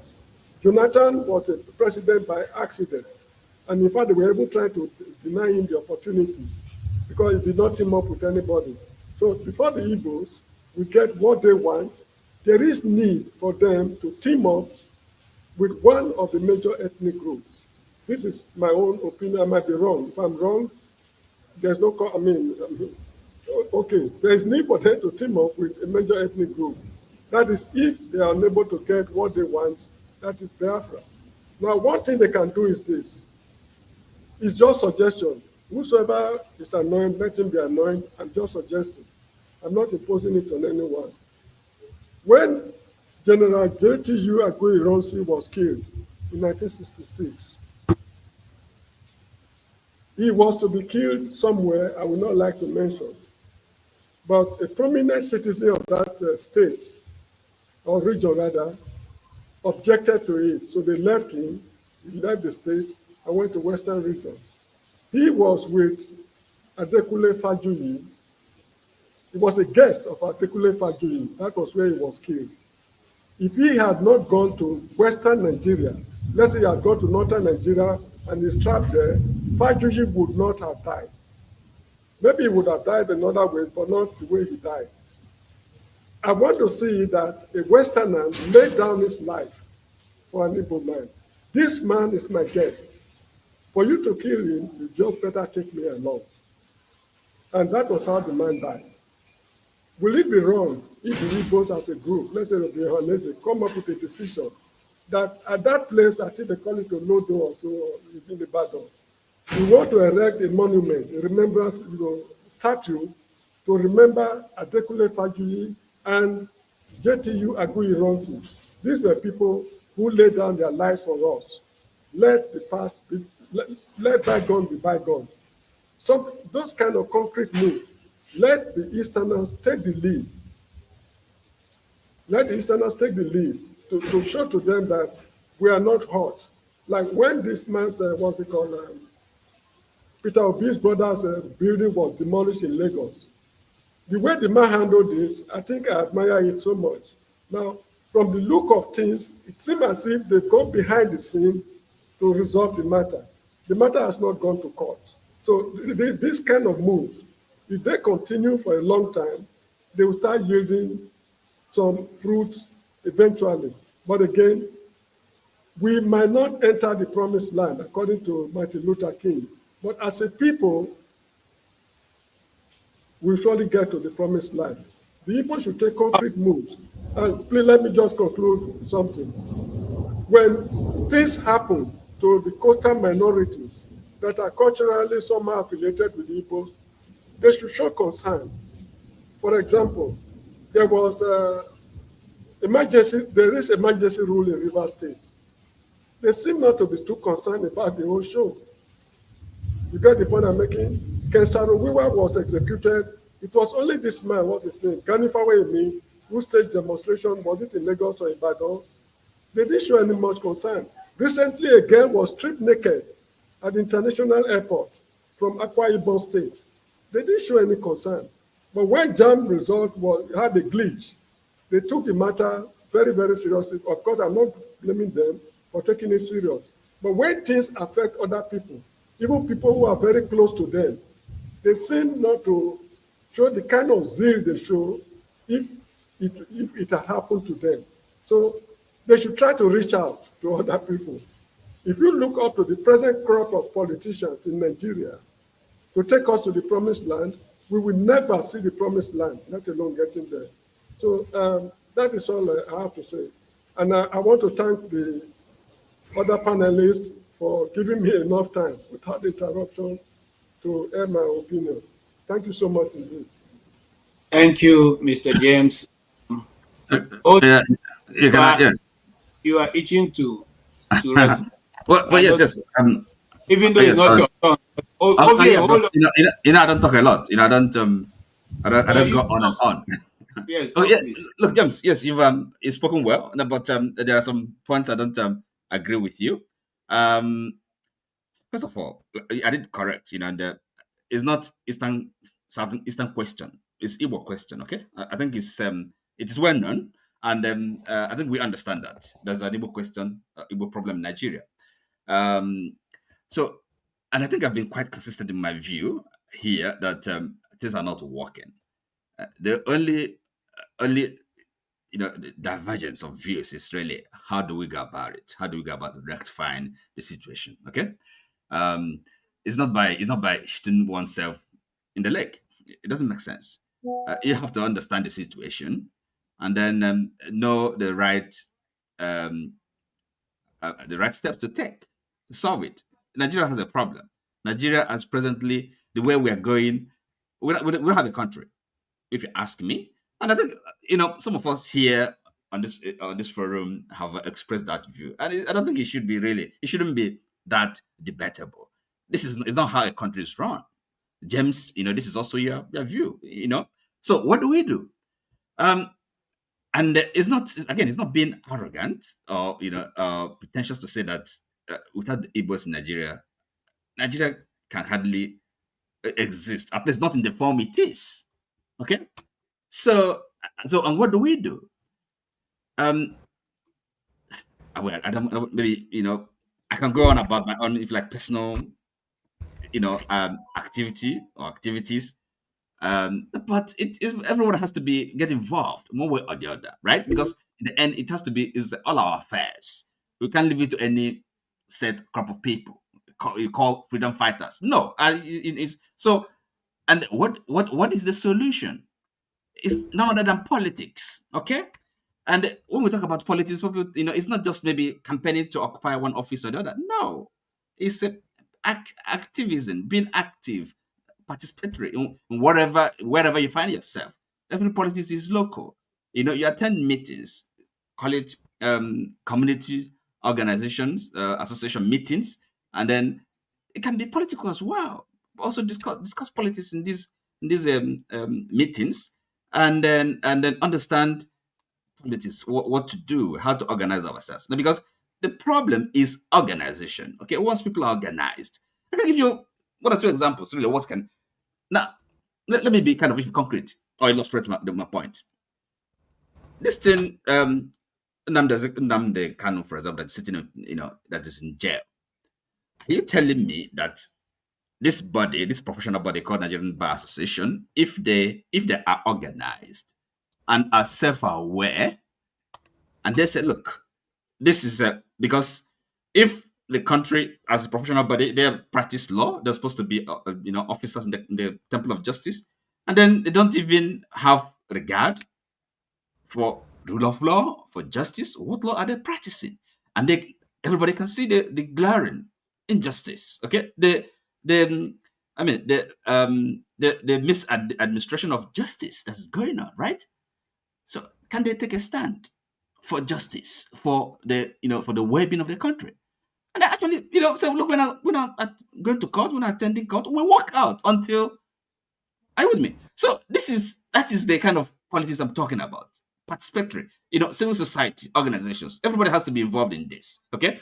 Now, and for starters, Nigeria time has come. Really, people have to sit down and discuss this question. It's not by force.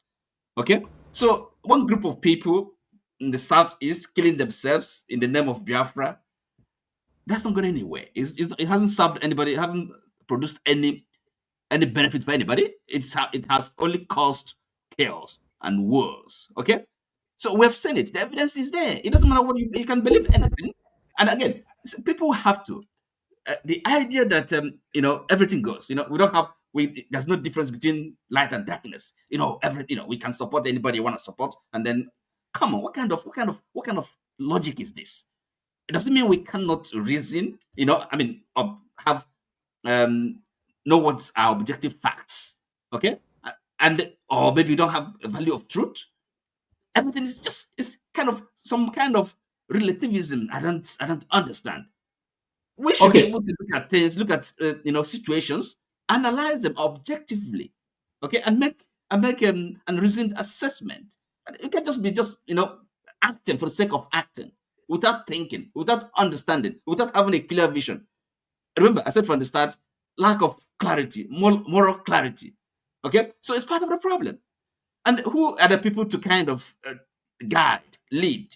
That's why the role of if like elites. I'm not saying I'm one, but intellectuals. Anybody who has who has gone to college is educated. So everybody coming to this platform is educated. And if they want to, it's like they're giving themselves alibi when they say we're not. That's nonsense. If you can express yourself, even if it's pidgin English or whatever, you have left school, primary school, secondary school, you're educated.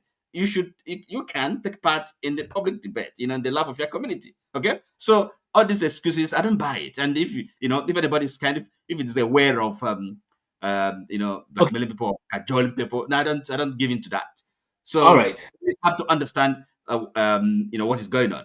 And James, sorry, it's not it's not kind of passing the buck to the Igbos. This is solve this problem and then solve the problem. No. So it has to be the problem of all Nigerians. Okay, if it is a Nigerian problem. Thank you. Okay, can I come in now? Go ahead. Yes. Pablo, you have heard what Mr. James said and the response that Mr. Oti has been able to canvass so far. One of the partner questions I will ask you while trying to answer this is, how could Simon's 6 years sentence change the struggle, the Biafran struggle? I don't want to say the IPOB struggle, but the Biafran struggle in the Southeast, and the vis-a-vis the struggle of the Amazonian people, the struggle of other ethnic nationalities around Africa and in the world, like the guys in Spain and other parts of the world that are struggling. The people, there's another tribe in I'm trying to remember their name now, in Afghanistan, that also struggling to have their own nation. How will this sentencing cause people to view separatists? No, I don't like the word separatists to an independent struggle of a people around the world. Okay, like you asked me like two questions. Let me respond to Mr. James, then I'll respond to that. Mr. James, I take three things out of what you said. Your submission. One, you said the current leaders cannot deliver anything. I totally agree with you. I am not even scared of those, the older guys now. I'm scared of those who are coming, the obese, the Kwonkosos, the Showores. I am more scared of those people. Then another thing, you talk about the question. I think the three questions you asked about why the airport, why we don't. I took it to be figures of speech. You are, in other words, you are asking it the other way around. You are actually putting it to the larger country. Why do we have all these obvious injustice structures all over the place? But the third one is where I kind of disagree with you. Not necessarily because what you said is not right, but because you are seeing it from one side, and that informs your conclusion. Now, this is what I mean. I think since the early 1600s, when the Dutch took over the world, human society, be predicated on two things: money and power. Up to today, money and power, and I point to that because of we seems to undermine what the Civil War cost, especially those that lost. They were zero, like grounded to zero economically. Now, so the question again you should ask after that is, what is the probability that the fight is over? Because in human history, Nala, you know they finish. Once you are defeated, we will make sure you remain defeated for life. In fact, the America has to actually occupy the South with the American the Union Army because what they fought for, they don't want to actually implement it, which is the freedom of the black people. They literally have to put military on ground for so many years. So the people that are lost, they will need money, not just money, more money to stand a chance. Because if you look, those who won the Civil War gave us the Constitution, gave us the political parties. Because if you understand the system we are playing, it is one spirit. So it's the same people who are still in charge. So if we ignore this obvious fact, then we are deceiving ourselves. Right? The idea that they're having 5 states, other people having 7 states, all these are the spirit of constitution. And the political system is based on that.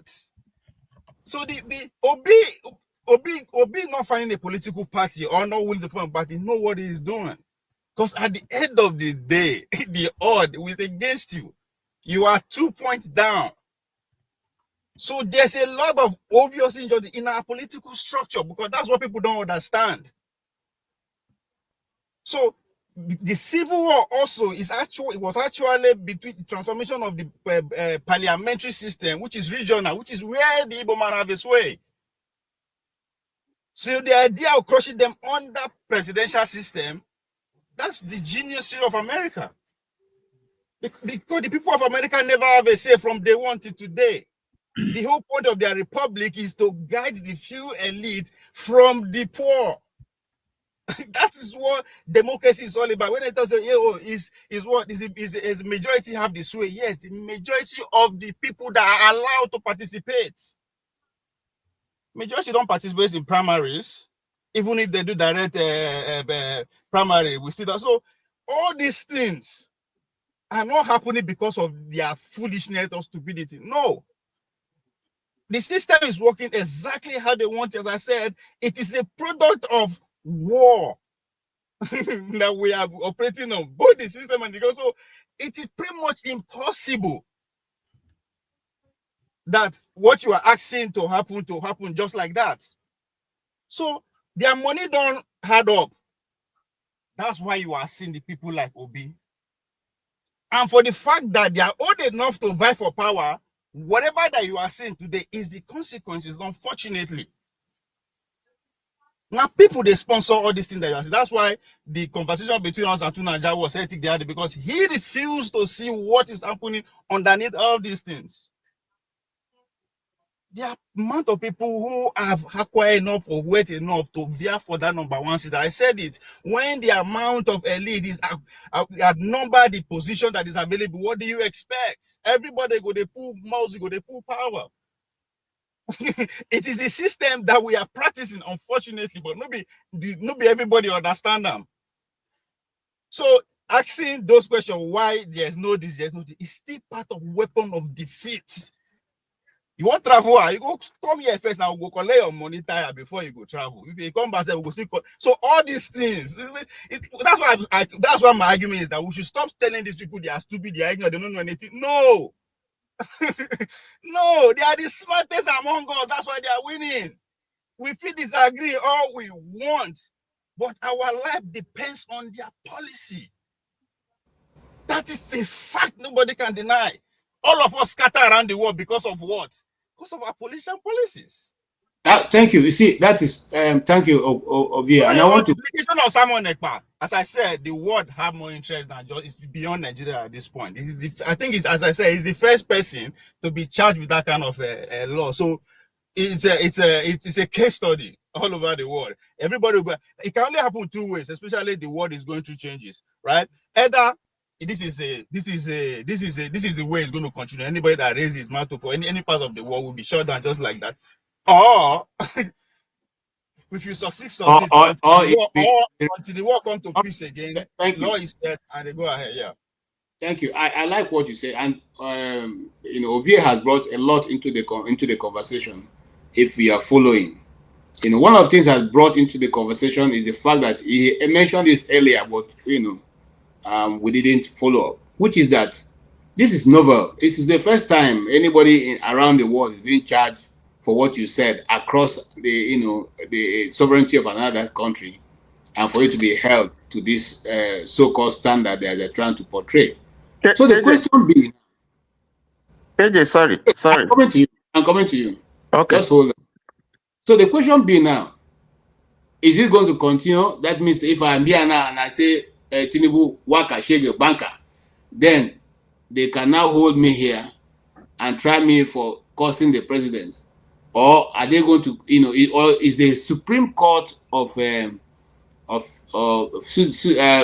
Finland going to turn this, this thing that have been passed today? What do you think? And then that's also putting in mind what you wanted to say before. You can go ahead and answer. I welcome you forward. I see you, and I will bring you in. Thank you. Go ahead, sir. Okay, is it me? No, you. Yes, go ahead. Yeah, I first of all, I wanted to correct something that you said, because this is not the first time that a Nigerian is being sentenced abroad for whatever treasonable felony or planning an insurrection.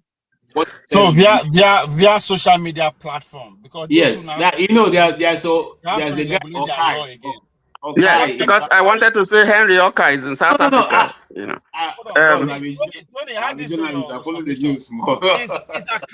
His account to which they use as evidence is still very much alive. It's still operating. That's another question mark.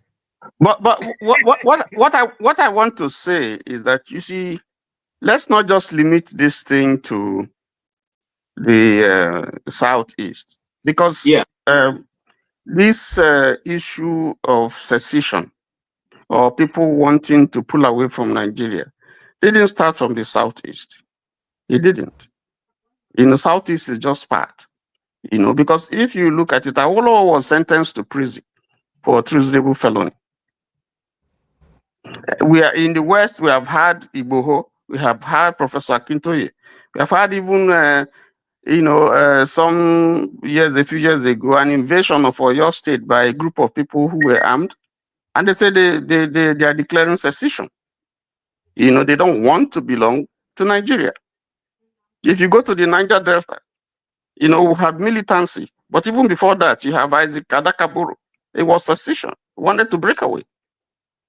You go to the middle belt, you also see a similar situation, and even see a coup where one of the coups that we had against Babangida during the Babangida era, somebody who said that he is splitting the country and divided the country. This people should go their way, this people should go their way, and so on and so forth. And then if you rewind and go back, the first threat of secession came from the north before independence, because someone, Enahoro, moved for independence in the late 50s. And then even after the first coup, which was essentially from what we hear from Uzogu, was to release Awolowo, not to put Major General Agui Ironsi as head of state, but to release Awolowo from prison and make him the head of state. So when we say these things, I think we need to put things in proper perspective, because all sections, every part of this country, for one reason or the other, have had cause to say we no longer believe in this nation. Even the present president, at some point when he was in the trenches, did say that he doesn't believe in Nigeria. So everybody has had a cause, or for whatever reason, personal or state or altruistic, whatever, to say that we don't want to belong to this country anymore. So it's not the Igbo, the Southeast person should know what I'm trying to say. This Southeast case is not new. It's not novel. But if you look at all the various cases that you've had, this appears to be a case where there has been a sustained and persistent persecution of the Igbos. And they are rubbing it into their eyes. You can go and do anything. you are nothing. You know, so that's why it's being persistent.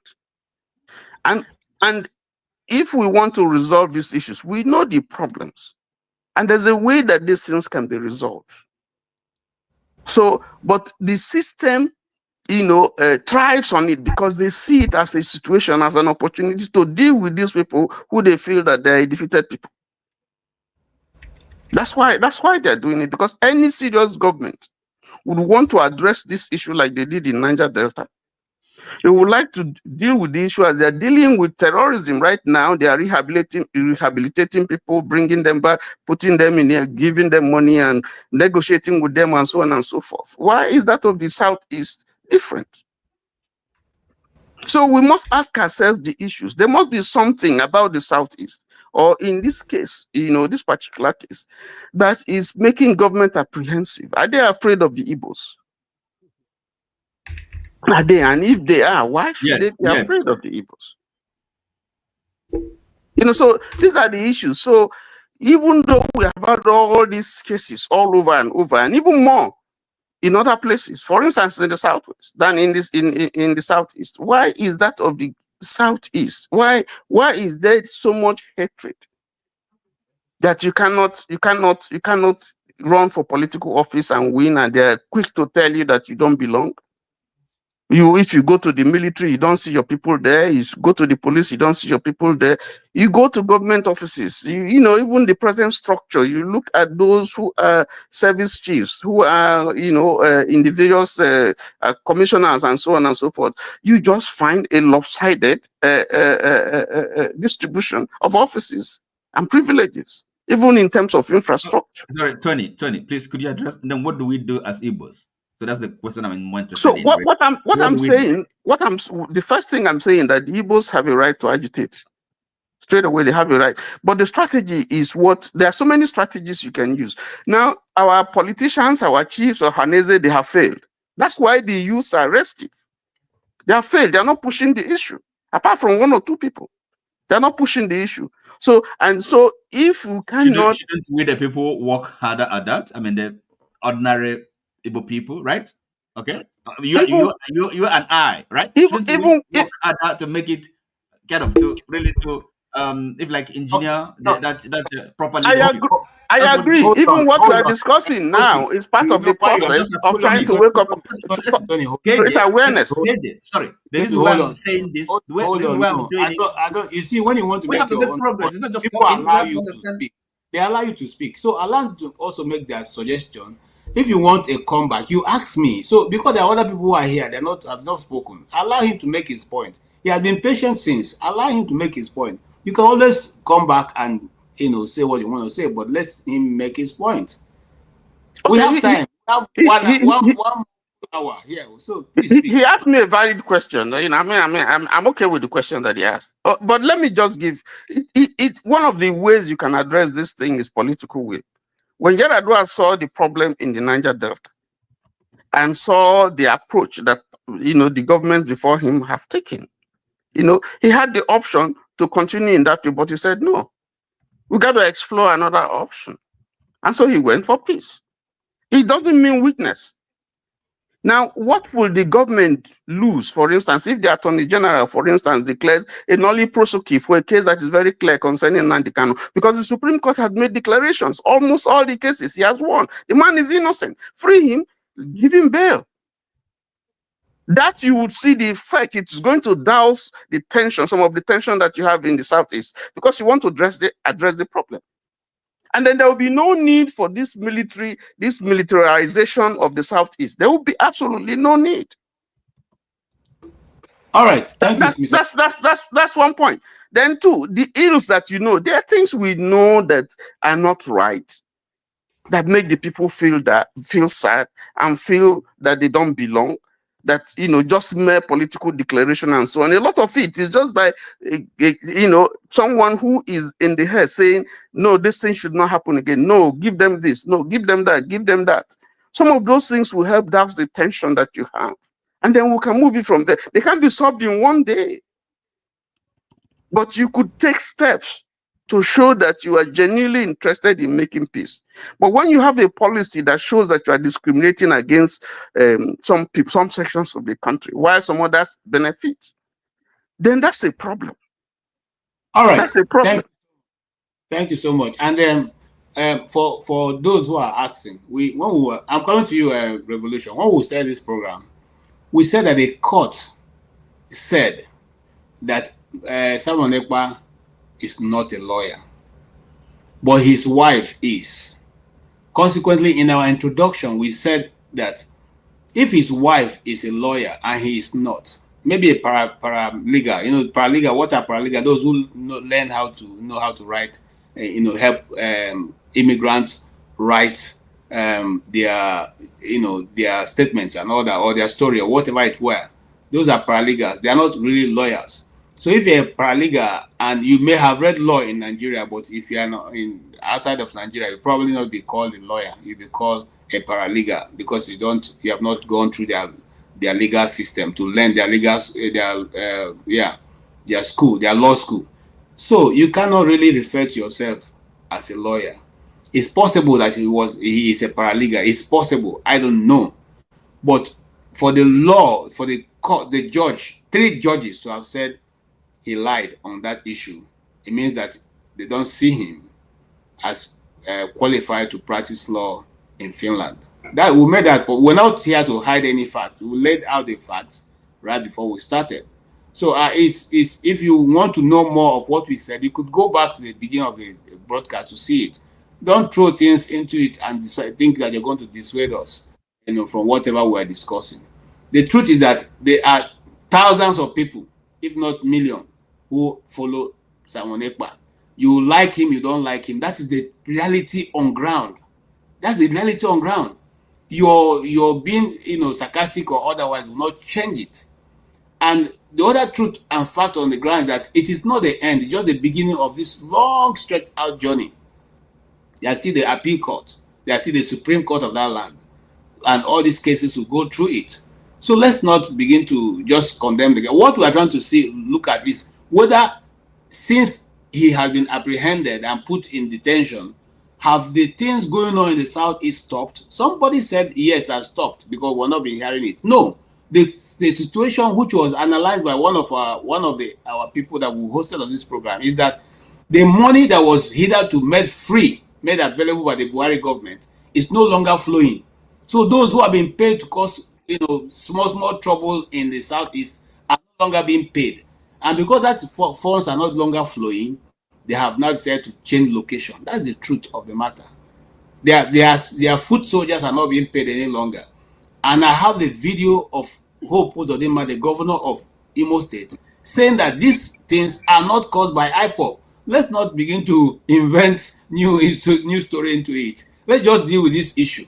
The issue we are dealing with is, this is the ruling that the court in Johannesburg, whatever court has given in Finland, which is the way forward, and how does it affect freedom fighters or freedoms or people who are agitating for independence of their nation or their tribe or their small groups around the world? How does this affect them?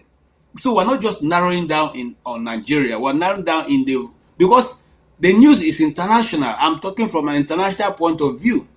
A lot of media houses around the world have echoed this, and the question they're asking is, can this thing now translate to the fact that once you are in any part of the world, you cannot comment on political issues in your country?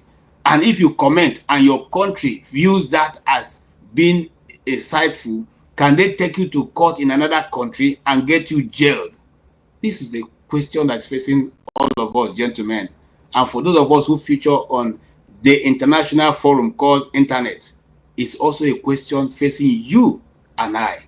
If you make a comment here, can the Minister of Information in Nigeria put you up, against the country where you live and saying that comment you made has caused hundreds of people to buy in where you are not, and consequently you should be prosecuted in that country?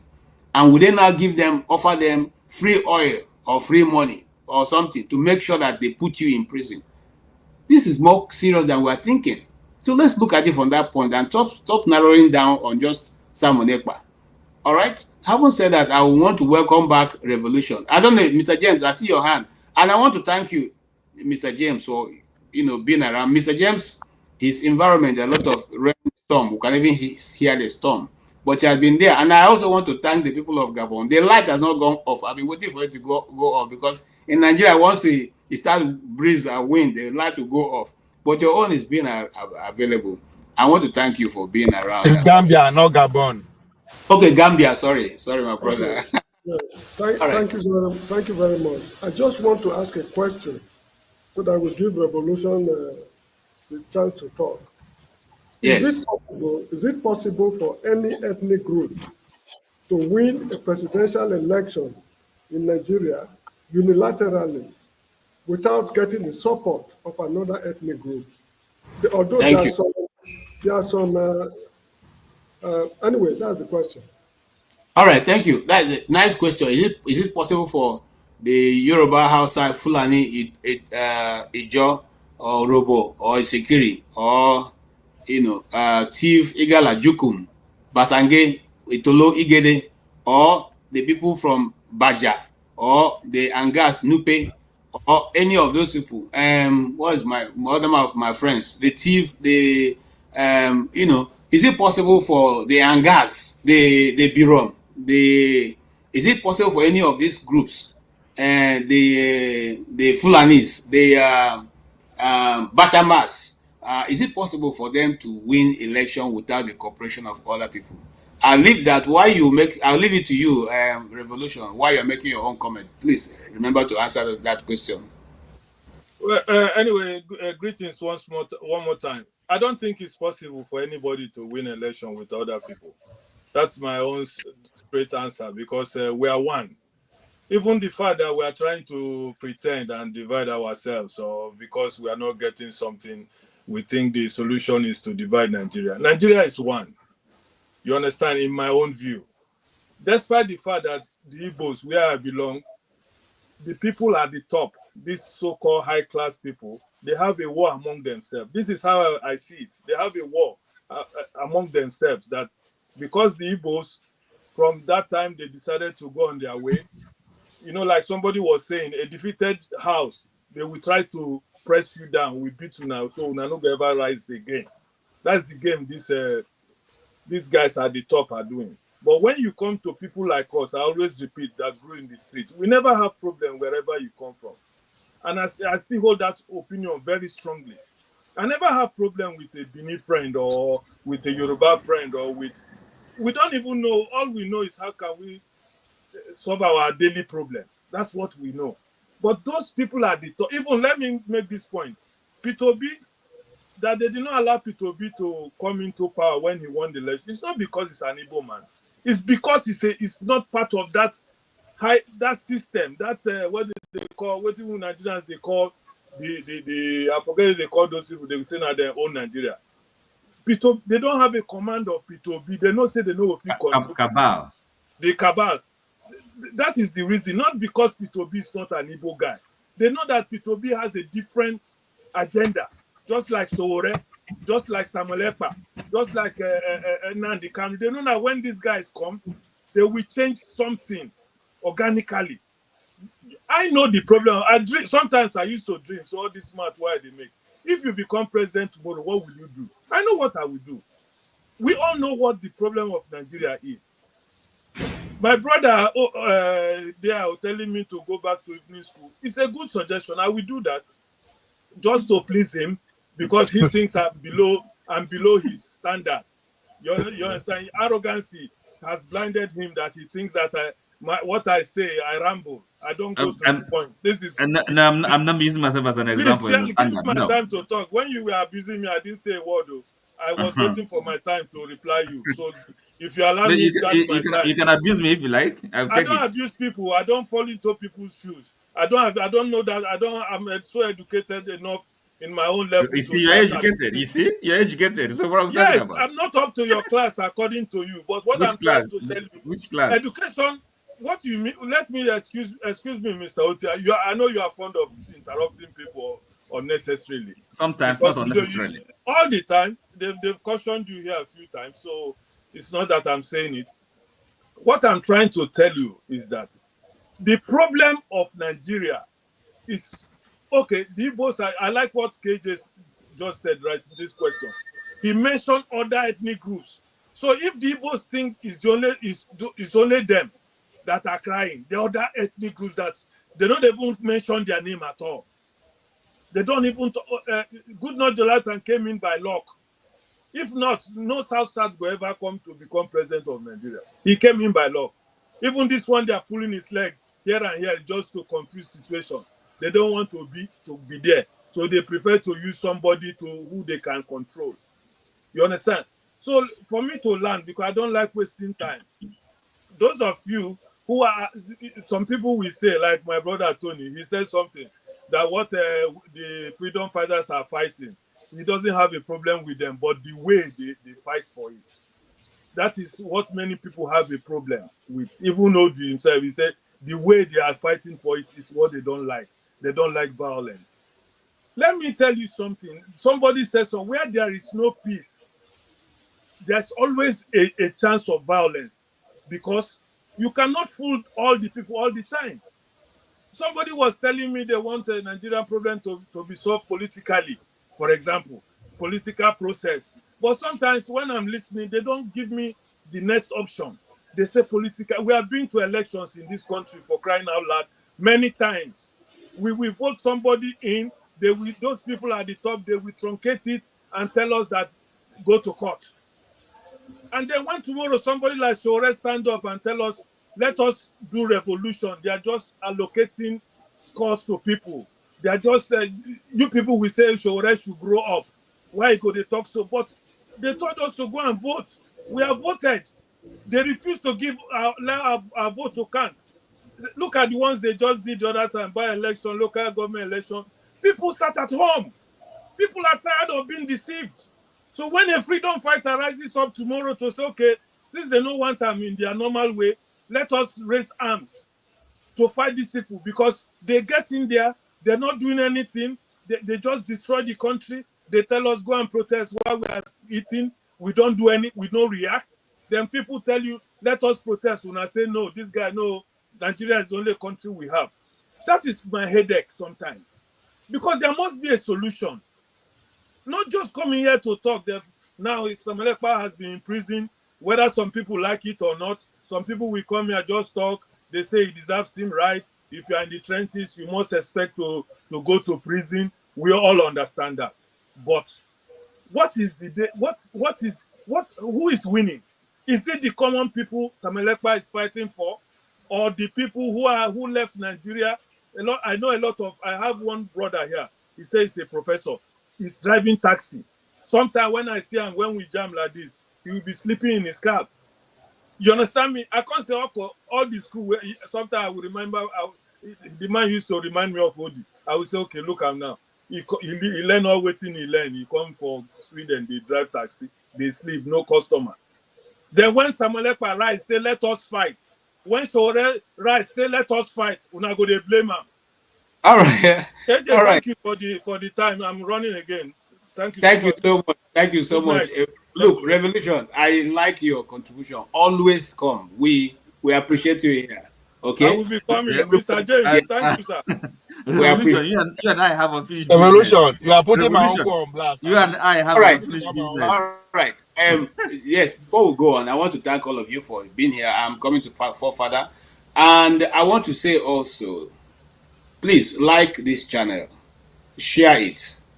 That's the only way. If you're not giving us money, at least share the channel so that other people can come. It's a place where we rub mind. We discuss topical issues that can change our nation if the government is listening. Sometimes we'll come here and put our views across, not because we are going to change Nigeria, but because we are hoping that those who are in position to listen and make a difference will take it and run with it. I'm planning to hold a program for only Abia people, and I will deal with certain issues that I think that if we apply in Abia, we can be our #1 state, just like we are Abia. So having said that, I now bring in Forefather, a man who has wealth of experience, both in and outside of Nigeria. somebody before you came, I want to give you a expo forefather. They say you're living in one of the abandoned houses in you and your family.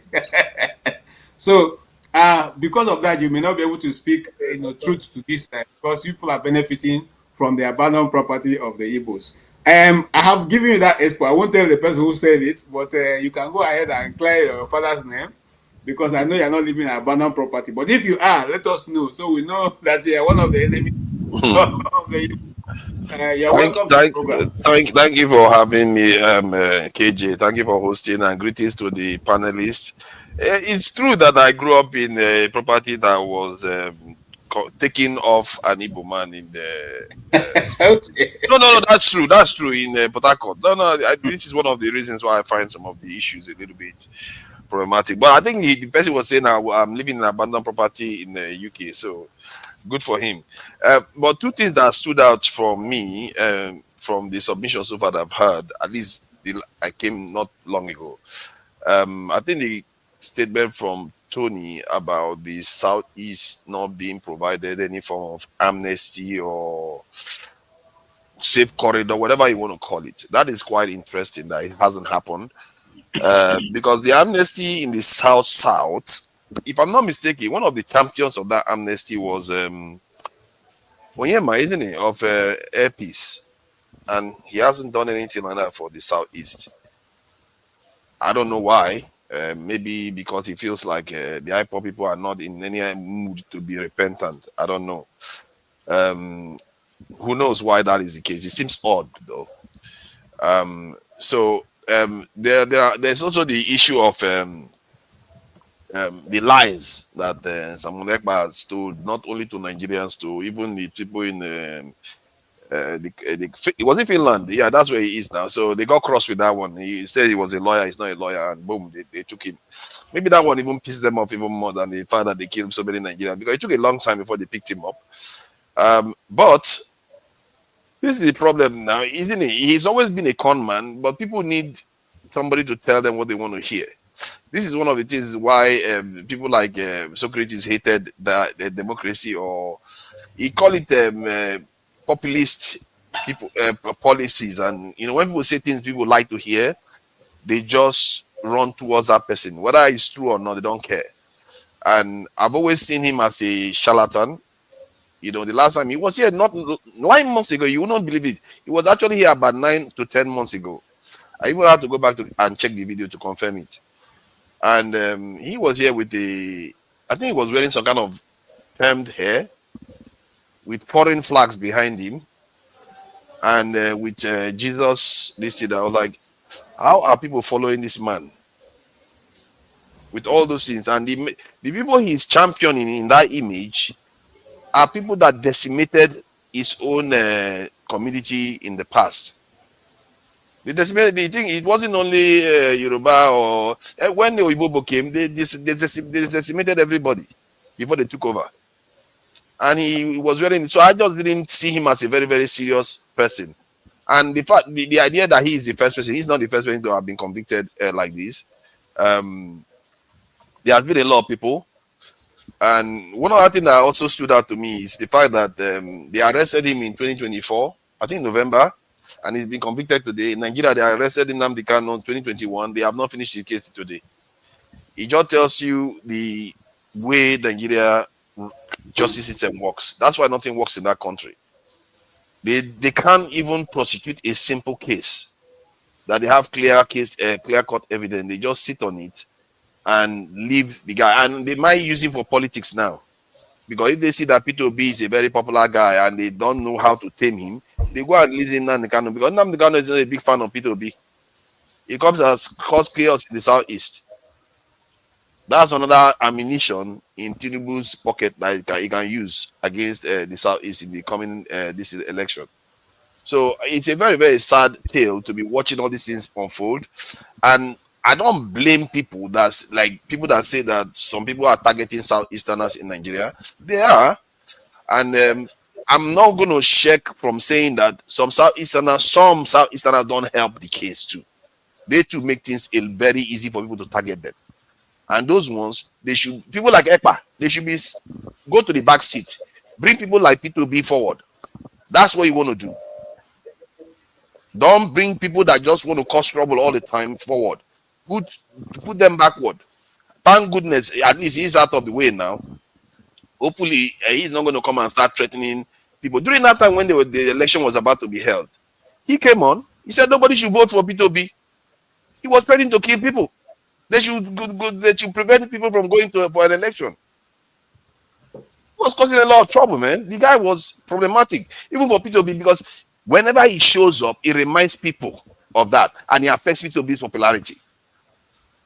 And they know what they are doing. They know what they are doing is going to affect P2B, and they did it anyway.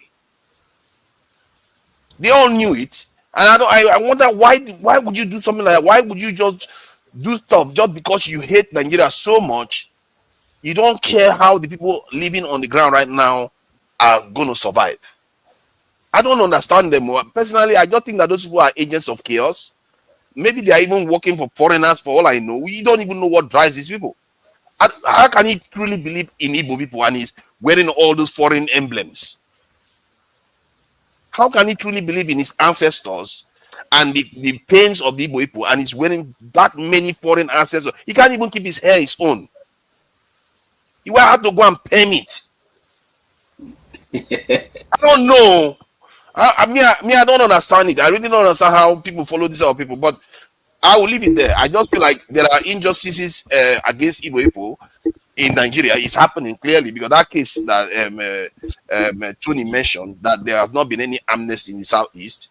I don't know what Oyeba is doing. Maybe we should ask Oyeba. Has he consulted politicians to try to reach some kind of arrangement? He hasn't come up with anything.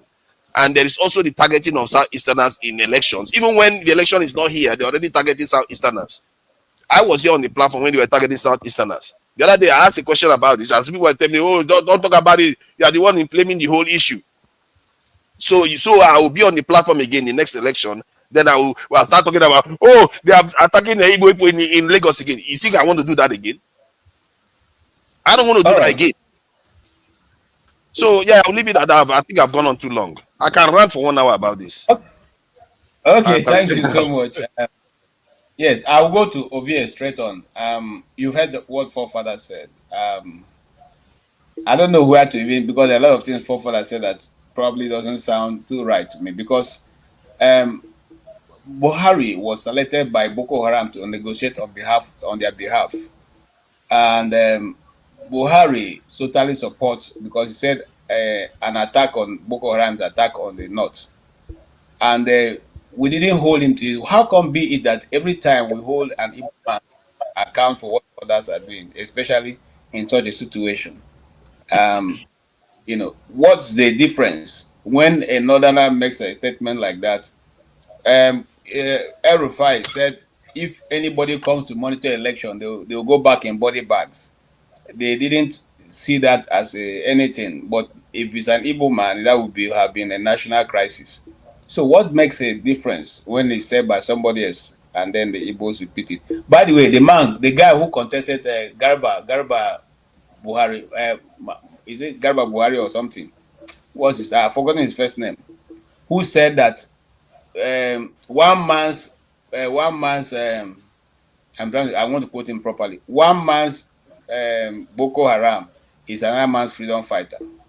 One man terrorist is another man's freedom fighter. In other words, referring to Boko Haram as being the northern people's freedom fighter. That didn't land him in jail. That did not get him to be one who's incites problem. But if that statement was made by a southerner, an Igbo man, he would have put that person in jail. Why is it that different measure for different people is still being practiced even to tomorrow in Nigeria? That's the definition of power. Nobody who carry gun, nobody who carry gun be power. Now who tell me carry gun and power. So that's when Tunaja was talking about peace. It as an amnesty. So I wanted to ask, what capacity is he operating on? So whatever place you in there and a person put on there, that's all what power is all about. When your people are in possession of power, there are a lot of things you can get away with. That's what America represents. America can afford to do whatever they want because they can afford to do it. We will challenge them. So in the Nigerian context, let's forget the the influence from outside. In the Nigerian context, it's still there that we are still fighting ourselves. You understand? Just because it's not violent yet doesn't mean it's not. But within themselves, at that level, it's a matter of life and death. So the fact that yes, I think the man could do anything. So now that's what power. That is your point of power. There's nothing there. Be in control. Be in control means you can get away with pretty much everything. It depends on where we are talking about. So in the Nigerian context, that's why. So just think about it. If to say any other tribe, any other minor tribe, I put the Igbo tools among them because they don't get power. They don't get power means they don't get power. So we did the same. We did the same level. But if to say that any of us now they doing trade off cow rearing, and it's foreign to those who in power now. You see, go for the car enter middle of the streets and get away with it. Maybe we'll go try it once, but the response to that trying, they will make an example out of it. That's the whole point. That's where the Igbo man. So the Biafra contest, right? I think another thing people are not saying today, the fact that the conversation of Biafra is a national conversation. What do you think those millions who lost their life during that time, like they always they believe, say dead body go return for grave, they will be happy. That the spirit, the idea that they die for, look at how you see either they are ignorant or they are stupid. Hey, we are talking about billions here. So no matter how one individual it is, it doesn't really matter. So you understand, there are things that are out there that you just can't push away. So that is for the fact that 50 years, 60 years after it happened, it's still a national conversation. It means a lot of things. It means that the nation is not a nation. That's what it's about. Because we are not discussing it from history perspective to say, okay, we have overcome these things. This is where we are today. That's not what we are talking about. We are still talking about the things that led to how we get to where we are today. Those who they ask are who gave us constitution. Those that won. The Nigerian state won. They fought against another nation state. That's at that point, or you call them a state actor. But there was people who fought, so they won. So people don't see that say who gave the constitution, who did this. Those are the people that gave, and they are still in charge. So that's why.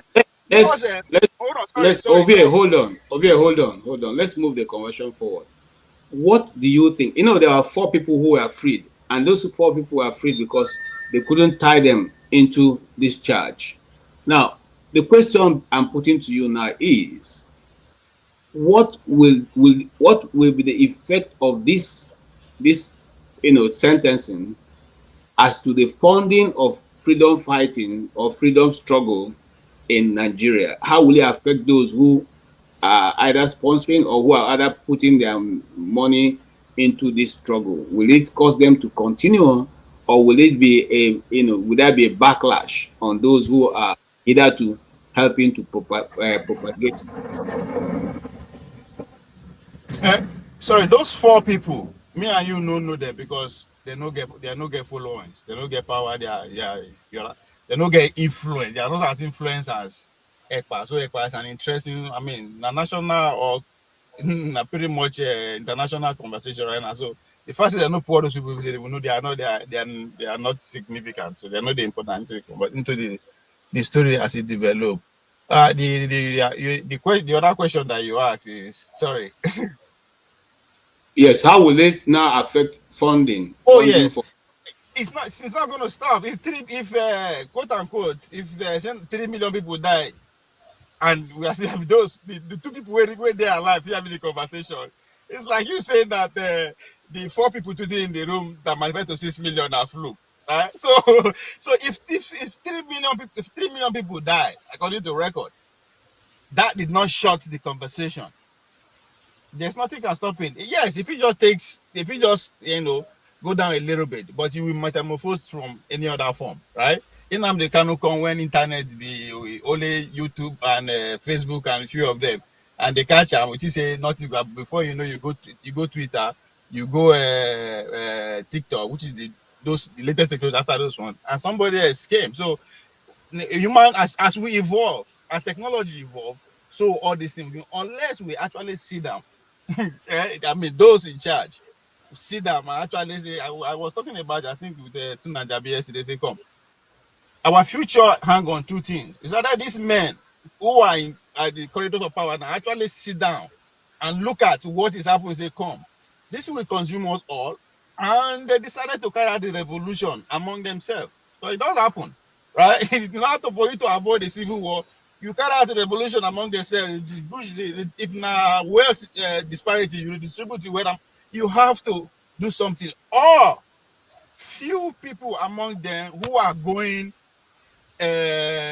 who are disgruntled among them, because all this thing are money they sponsor all these people. Now those people will get money. So there are few people who are disgruntled with the system. What all these things they will result to? They will keep fueling all these things. So until they either do something within themselves, or few people will mobilize. Like those few people, you don't need every stupid people on the street now. That's why the people where they talk say education. You need the foolish people to carry out the revolution. Now the foolish people go die fast. So you need them anywhere. You need them. So they have a role. Just because you don't see their importance, it's because you're not on the front. You need those people. All right. So everybody at this point, every distraction is needed, right? Either to push the elite to sit down and say, "Hey, this will happen again," or we all wait. If we survive anything, we go anywhere we continue. We not. That's how our Nigerian story ends. But the story will continue. So the agitation will slow down, maybe, but it's definitely not the end. We'll come out another way. We'll never ever see woman leader yet.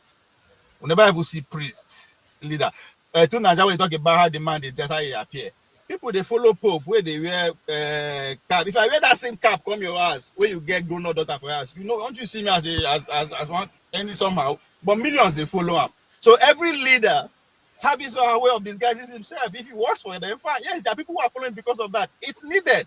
If to say that one doesn't subscribe by a girl like me and you, if you know they listen to all right. So Thank the you. followership is also important, regardless of how you attract them, whether propaganda, whether you're dressing, whether you're whatever. It is the cause that is important. Thank you. Thank you so much. And I'm going to you, OT. Oh no, let me go to because OT, you are not one who likes. I think I've spoken enough for today. I'm not. Okay. Yes, you have okay, no problem. Yes, we still have enough questions. So I don't think I have anything more. Unless you ask me a question, I don't have anything more to add. All right. I'm asking a question to Tony. Tony, I have a question here. What will this ruling mean, or how will it affect the current support for IPOB vis-a-vis the case? And I thank Florence O for even framing part of the question I'm asking now, vis-a-vis the outcome or the current case facing Nnamdi Kanu. Do they have any correlation in the first place? And can it affect? In which way can it affect the outcome of that the current case in Nigeria?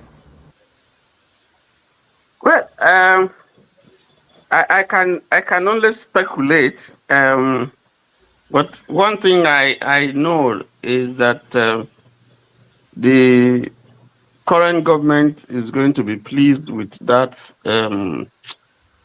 with the court ruling with respect to Samuel Ekpa, to the extent that at least it will put him out of action and probably not be able to stir up more problems in the southeast. So it will be expected from that position that unless someone else, takes over,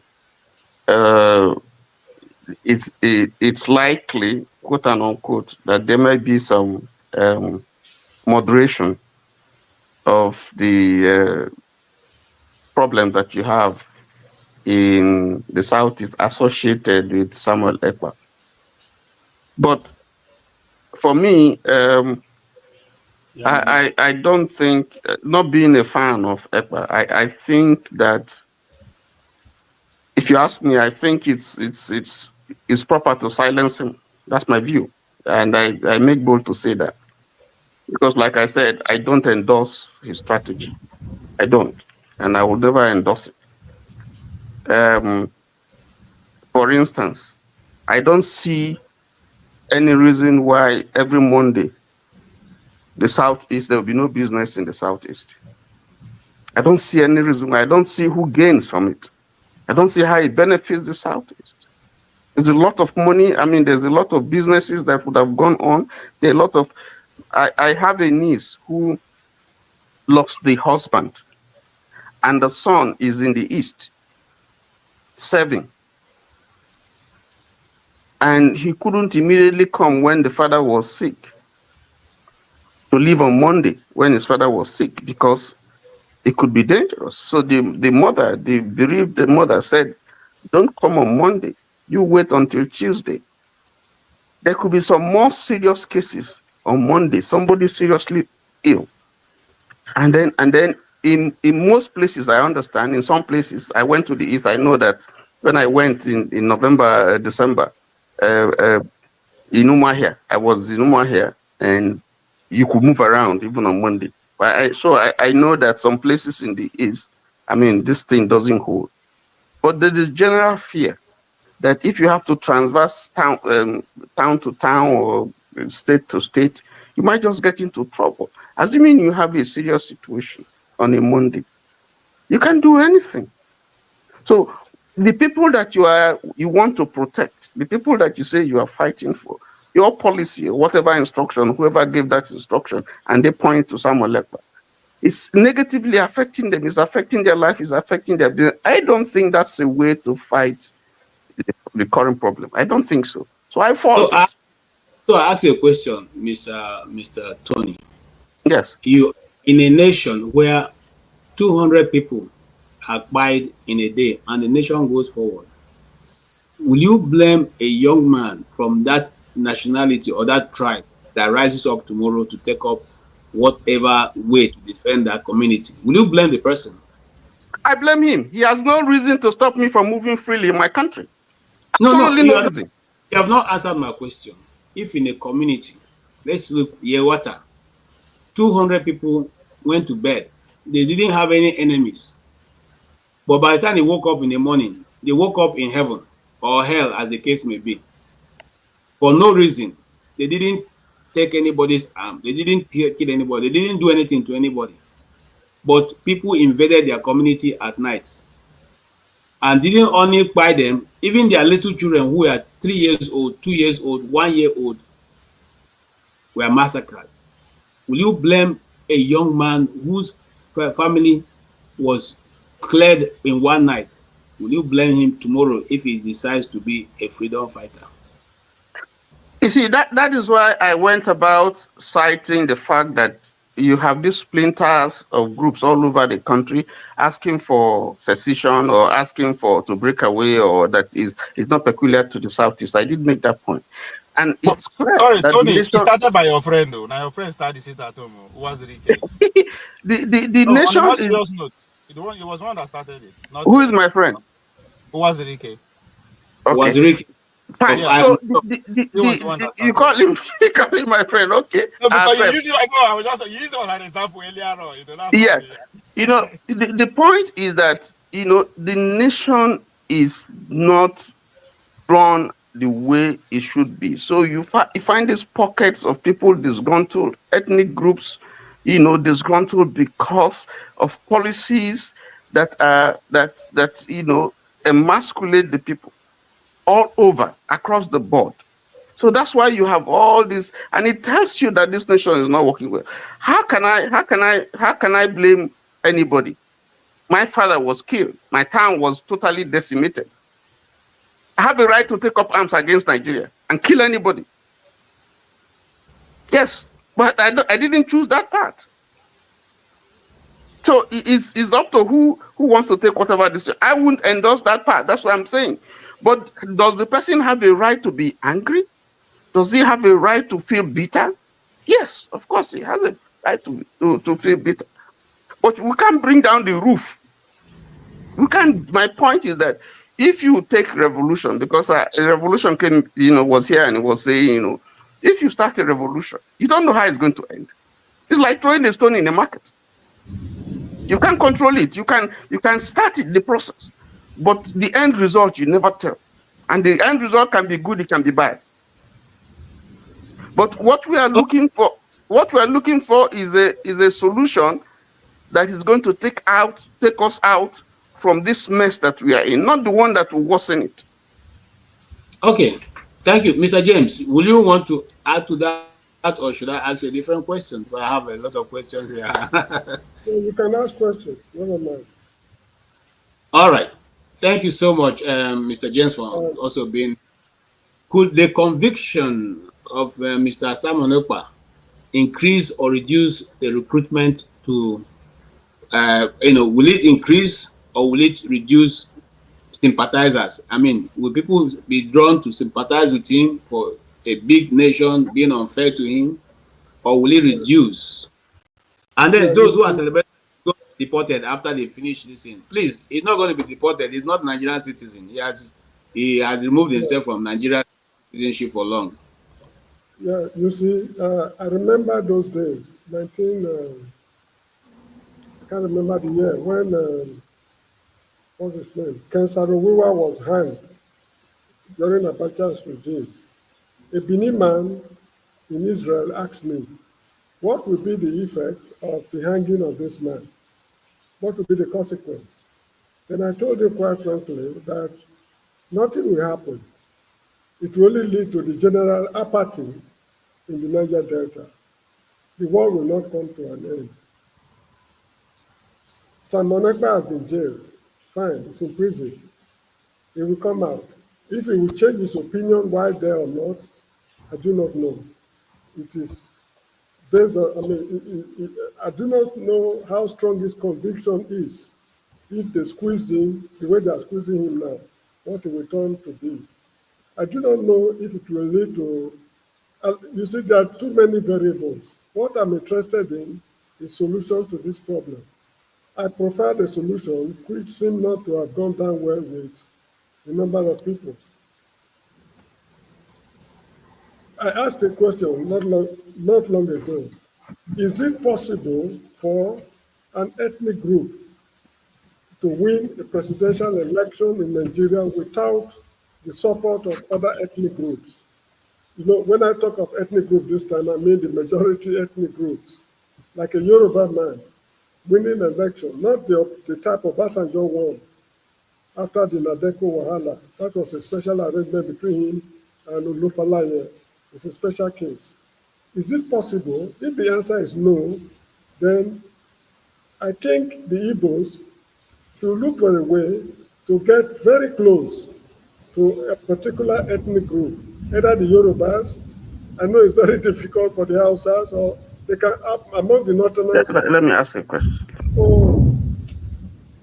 No, let him finish now. Let him finish. Go ahead, James. Go ahead. Ask your question. Yeah, James, I wanted to comment on that. I just forgot. But I don't think we have ever had a situation where we have the kind of picture that you're painting, that one ethnic group. No, there's no political party that is made up of just one ethnic group. It has never happened in Nigerian history. What I said So when you make that an analogy, it's not acceptable to me. Excuse me, it's not acceptable to you, that's fine. When I talk of ethnic group, what I said earlier on is this: the majority ethnic groups. Now, remember, during the First Republic, NCNC and ACP had cause to form a coalition government. Buhari had cause to rely on Bola Tinubu to win his presidency. Bola Tinubu also relied on him to win his presidency. That's exactly what I'm talking about. Yeah, but so remove the word ethnic, because NCNC is not ethnic. Oh, no. Like, you guys are, just allow it to finish. finish. When it is your turn, you use them. You know, All right. Thank you. Thank you so much. Hold on, Mr. Osofia. Mr. Osofia is here. And Mr. Osofia is going to come in from a different angle. But I want to say this. You guys have confused my thoughts. All right. Welcome, Mr. Osofia. You have followed our discussion. What do you say? Yes, thank you. The last speaker, first of all, Tinubu didn't win the election, so let's put that by the side. So there is a way Igbo people can work together with another ethnic group. That ethnic group is Hausas. Igbos and Hausa, not Fulani. I mean Hausa, indigenous Hausas, who are indigenous to Nigerians. Igbo Hello, Chim. people and the Hausas been Yes, sir. friends in many years when they were AJ, trading mute together. yourself. AJ, mute yourself. Okay. Somebody's talking. AJ, mute Okay. yourself. Getting away with some lies or inaccuracies. AJ. There are plenty. Nobody has in 1979. Let me tell you, this is the first time Yorubas are in the mainstream politics. Yes, Can they've always somebody been. mute himself? They've always been the Yeah. opposition in Nigeria. Yeah. If somebody, This is the first time Yorubas are in mainstream fully as a group. Dr. Knowledge, you need to mute the person. Just wait, let them finish. And the Hausas. I can't even hear what he's Yes. saying. Yes. He didn't let me Yes. finish my point. Yeah, Can you? And even PDP It's was very founded rude. by Alex Ekweme, was a main convener. I know that. I just didn't want to bother myself to go through that direction. So, moderator, you need to put him on hold. You need to mute him. And that's very rude for him to jump into my conversation. I'm making my point, so that's very rude for him to do that. He shouldn't behave like that. First of all, Igbo people and the Hausa people, indigenous Hausa people, they've been friends for centuries when they were trading together in Katsina Allah. So they've been friends until Fulani invaded the Hausa people and they conquered them. And so that was, so I think at this time, Igbo people can reignite that relationship. Because right now there's no Hausa person that is in government. You can say this Hausa person is in government. We don't really have a Hausa person in government. All we have Fulani people all over the place. So if that relationship, because Hausas are more in population than Fulani in the north. So if that relationship can be like, let's say, I'm giving an example. I'm not saying Peter Obi will get anything, but assuming Peter Obi got a ticket of one of the parties, and Peter Obi chooses Hausa, indigenous Hausa person, then I'm thinking that will be a winning ticket because all Hausa, including Dangote, who is a Hausa person, he's not Fulani, he's a Hausa, including Dangote, including Dan Tata family, who are also Hausas. These are indigenous people. Dangote is indigenous Nigerian, not Fulani. So if Igbo people can, let's say Igbo people can walk that way through Hausa indigenous people who has a population in Nigeria, I'm thinking that they can get somewhere because. And also, there are some Yoruba people actually really want to work with Igbo people. There are some Yoruba people. I know that one. So if we get Igbo presidential candidate and the Hausa vice presidential candidate, real Hausa, not Fulani, real Hausa vice presidential candidate, I think that with that combination, Hausa, Igbo Hausa, and some Yoruba people, because I know the Yoruba people that still believe that Nigeria can work with the tripod of Nigeria, Igbo, Hausa, Yoruba.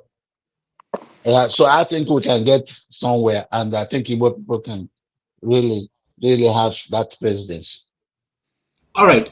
Thank you so much. Thank you so much. I while you are speaking, Mr. Chim called me, and I like what he said. Don't worry, we hear everything. We hear everything when we talk. No worry. Okay. I'm sorry if you heard. Yeah, I just sometimes when you're moderating, you have a lot of information. Sometimes you don't want to put it across, just to allow the conversation to flow. But if you notice that Igbos have always been in the mainstream. They have always been in the mainstream. It was even the Yoruba that are playing on the ferry, right from the beginning. But that's not the topic for today, so let's not even digress. I want to welcome. Can I correct something? the constitution, the constitution does not. The constitution does not allow political parties to be formed on the basis of ethnicity. Yes. So you can't have that kind of thing. And that's why I said every political party that you have had in Nigeria, has had a mixture of everybody across board. You might have one that seems to be more of a particular ethnic group, like Chim was saying, if you look at the action group at the time, strictly Omo Oduduwa, Egba, it's because he evolved from Egba Omo Oduduwa, but he still had in itself. I mean, Awolowo was vice president. Was Umade. Was Philip Umade. Let's wait for your turn now. Everybody know they agree. Yeah, so I don't think there is a particular political party that's maybe AG and ABGA more like ethnic party, but there are parties like PDP, the one that is running now, APC.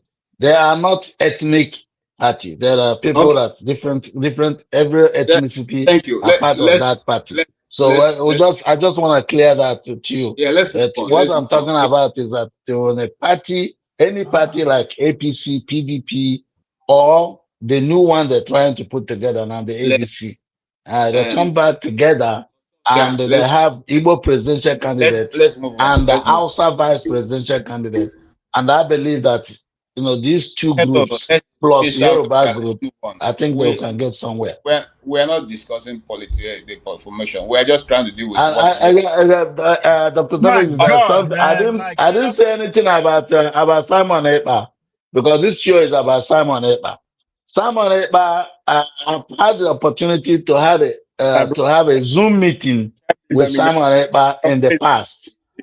And I had the opportunity to have a Zoom meeting with Simon Ekpa in the past. And I realized that, Simon Ekpa actually wasn't really into bringing one Nigeria. Not what some people some people can pick whatever they want to define as one Nigeria. It wasn't really there for one Nigeria, like the way we always, when we are younger, we always think about Nigeria, and we do the Children's Day, Independence Day. Everyone is thinking about one Nigeria. So the Samuel Ekpa was more like an opportunist that's looking for opportunities to make money. And then he found out in the Biafra project, many of them used the Biafra project to make money. Unfortunately, people misunderstood them. That these are the people that here to make money, and because the Biafran project, a lot of people are very emotional when it comes to Biafra. So they're very, very emotional. And even adults that had experience of the war, and individuals that are well-educated individuals, they feel this. You can easily convince them. When you talk about Biafra, they become emotional, and they can do anything. They can give you money. They can do everything without even thinking, until they realize that they're being taken. So Simon Ekpa is in that group of people that took advantage of our pains, our struggles, to make money. And I'm very happy that the government of Finland saw through this, and did what they did. I think 6 years is very small. They should have had more years, because if you go to the eastern Nigeria, you will see the damage, the destruction, the words of Simon Ekpa did there. My village, nobody lives there anymore. People were sacked from their own central house, central land, central homeland. They were sacked. They go to them and say, you have to leave today. If you see you tomorrow, you are dead. The entire village, people left. It was empty. This is not Fulani coming to kill us. This is not Hausa coming to kill us. This is not Yoruba coming to kill us. These are the Igbo people that Simon Ekpa and his gangs were able to convince and let them tell them that you are fighting for Biafra, which was not true. These became criminals, and they're killing people, burning people, raping, killing everything, destroying properties, destroying houses, burning everything they could get their hands into. And this is what we have suffered because of the words that came out of Simon Ekpa. And All right, 6 thank you. years in I prison need to is stop. actually not I good. need to stop Not you it's right too now. small for Thank what he has you. done to Thank so you. many people. I can't even go to my village right Thank now, you. which is very Thank you, sir. shameful. Thank you.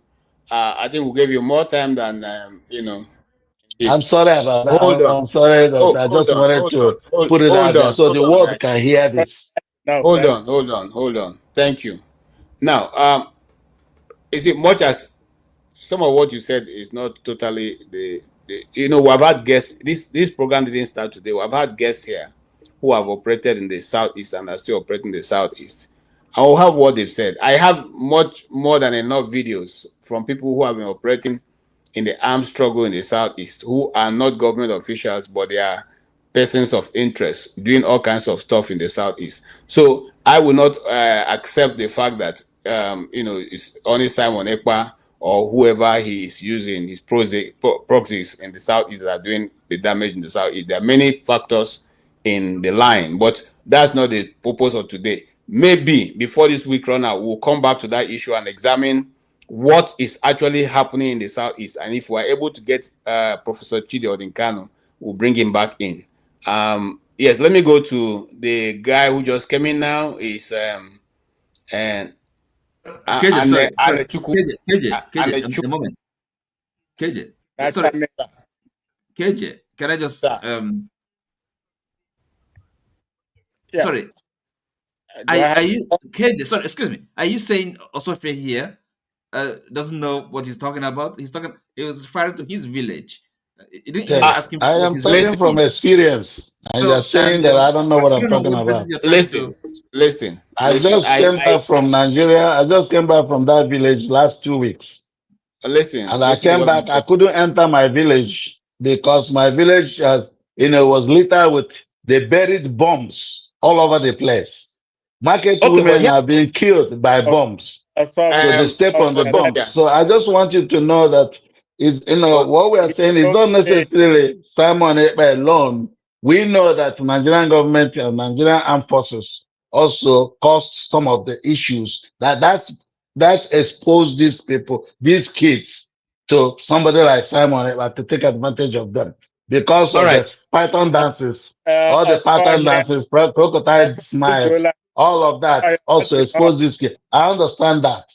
But Yeah, that's but enough. people like Simon Ekpa Let's hear took from as you Chukwu, know, please. Let's others have their way, man. That's enough. That's not how to no, be. you can't stop. Everybody says something. You're not the only one. Okay, go ahead, sir. Go ahead. My fellow Nigerians and my fellow brothers, this is my first time joining this program. I've always wanted. Welcome, sir. We celebrate you. Thank you so much for joining us. Please Yeah. always join us. We're always here to hear your views. All right. Now I think I have to prove, but I would like to do it in a timely manner so that everybody will have one or two things to say. First of all, I think the caption time on it, but glad that guy failed. I wish they had given him 20 years so that he won't come out again. By the time he comes out, perhaps Alibo will be better, because I do not understand how somebody who wants to improve Igbo land will instigate the destruction of the homeland where he comes from. It makes no sense. And anybody in our support to that, anybody who is supporting that mentality, to be honest with you, I don't see how that person should be called an Igbo person. I leave Nigeria in this. The problem we have in Igbo land is us, and I mean us. Both those at home and those of us outside Nigeria. We are the problem. If we want to solve the problem in Igbo land, we will solve it by ourselves. The destruction going on in our homeland makes no sense whatsoever. Absolutely none. Now, there are gullible Igbos, no doubt about that, especially those who don't have anything to do. And I'm going to say this, that anybody who is agitating for Biafra, to me, means that that person is not doing very well by himself. Then he wants to rub it on every other person. The Biafra struggle, for Christ's sake, to me, is a thing that at this stage and time, we should be talking about the development of Igbo land. Nigeria is not enough for the Igbo man. Africa is not enough for the Igbo man. So we can't be talking about Biafra for now. Let the Eastern go. Let all the strength that we have as Igbo people, let us use it to mount pressure on these clowns who are our political leaders back home. Develop Igbo land. We will use all the resources that they are messing around, mount pressure on them. This effort and time we're spending on agitating for Biafra, we should use that to make these politicians wake up and do. This is our resources. They're using our resources. The money they are spending, you and I are here funding them. There's none of you here who is living abroad here that is not sending money at home. The salaries they are not paying, you and I are here paying for it. Do we read that way? The school fees we send money here to pay are the money these people who are working, our brothers and our sisters and our friends, could have earned money to pay their children's school fees as we are paying ours here. But we need to understand and wake up to this reality. Anybody, especially those of us who live abroad, who are talking about Biafra, to me, that person, in the first place, the person is not educated. It's not. So please, Simon Ekpa deserves 20 years in prison. Okay. On the other thing about Nigeria, I'll say other things I want to say about Nigeria, but at least I want to just add this out. They won't. All right, I'll give Ovie. You have something to say before we start to round up. Thank you so much. Meanwhile, we will see if we can have a broadcast tomorrow to continue on this Simon Ekpa and the way, what will be the resultant effects in the coming days. Mr. Pablo, please go ahead. Yeah, on he's gone now. The man that spoke about ethnicity was trying to justify that no ethnicity is forming political party. That's a fact. But another fact also is that political parties are private entity, a private business. So if politics is determined by who has more money, what do you say to that? So those who have the money, who have the resources available, control the political parties. That's what it means. Political are structured in that way for a reason. So collectively, it's not about individual money. Anybody will be president for a country, you know how much everybody gets. Doesn't matter who you is. Once you're interested, they want to know how much you earn, how much you have, they will know. So when those way they fight for power, it's beyond just make I go serve. No, there's so much to what power is all about, the advantage that power will give you once you're in power. So it's part of those things. So nobody say political party that they run under ethnicity. No, it's beyond that. It's about money and power. Because that's what the whole base of setting up a political party is, to get power and oppose and defend bills. That is your primary goal of a political party. So it shall always be that. So those who set it up like that know exactly what they are doing. Now, and people are talking about other ethnicity are not. It's about numbers. If to say my people plenty, rich Igbo people are about 30, 40 million people. Do you think we'll sit down and just be watching things happening to us? No. But we know plenty. If you do anyhow, they will just say one person, come finish everybody. That is the fear. So the courage that you are thinking that the Igbo people are facing now because of their numbers, right? So just they are like 100, maybe let's say 100,000 people that had the opinion of Oti in Igbo land. There are other 100,000 people that have the opinion of Kejila. But you cannot say it like that to every other tribe. So that is where the competition is. And the idea is, yes, so now outside of Fulani, we are deceiving ourselves. We are using now politics with the player. Politically speaking, now Fulani. If you accept alone is under not, you have to accept it's a reality that is facing us, point blank. So that's because we are seeing it from the surface. It should go beyond the headlines and that you understand they come. This is a life and death. A life and death. So it's beyond just one person. When you have millions of people, of course you're about to see different kind of idea on how to be free. But ability for you to bring every idea on the table, and because you need everybody, like don't be everybody goes by number. Every opinion it matters. Sorry, but not foolish ideas. No, hold on, Oti, your turn will come. Hold on. That opinion, whether stand in your way or stand will hate you. All right. Either way, you have to work with it. If that opinion stand against your way, you also have to work with him to get it out of the way. If it's with you, have to work. So Okay, yes.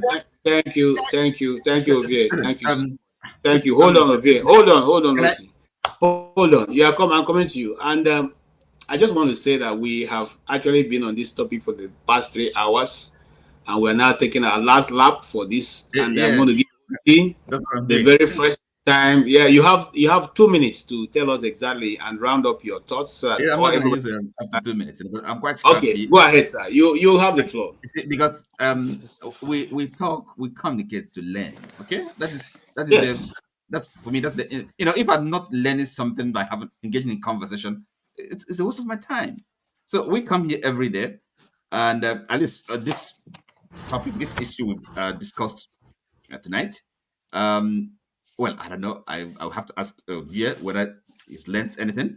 I, for one, at least the views I've expressed, I think I quite right to say that the preponderance of opinion, are in line with mine, right? So because first of all, this idea of freedom fighting, we have to be clear about what we're talking about. So who are the freedom fighters, and whose freedom are they fighting for?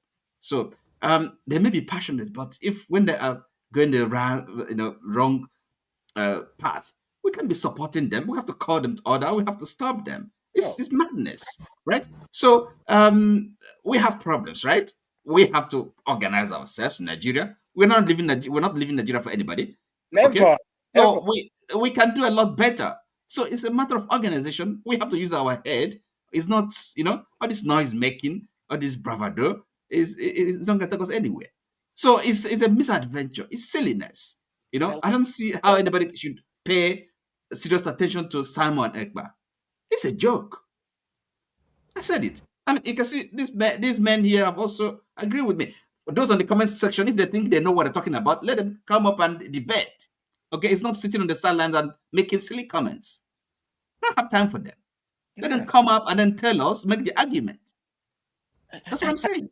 And I worry. Okay, so if hold on, sir. Hold on. We are around now. You hold your fire. Okay, let me go to Sophia. Sophia, can you round up? You have 2 minutes, sir. Yeah, Sophia, can you hear me? Unmute yourself. Hello? Can you round up 2 minutes?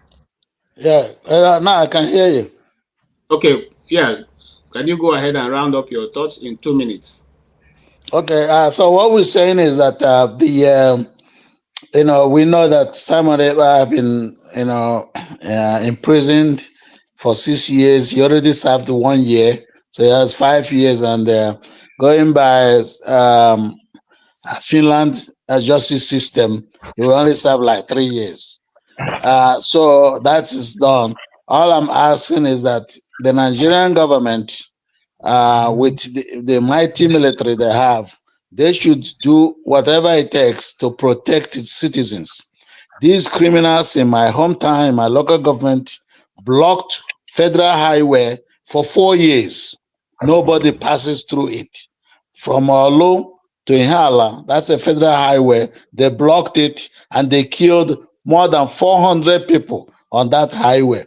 Not one day that Nigerian government took the soldiers or the military to that place. These are little boys, young little boys that are less than 25 years old.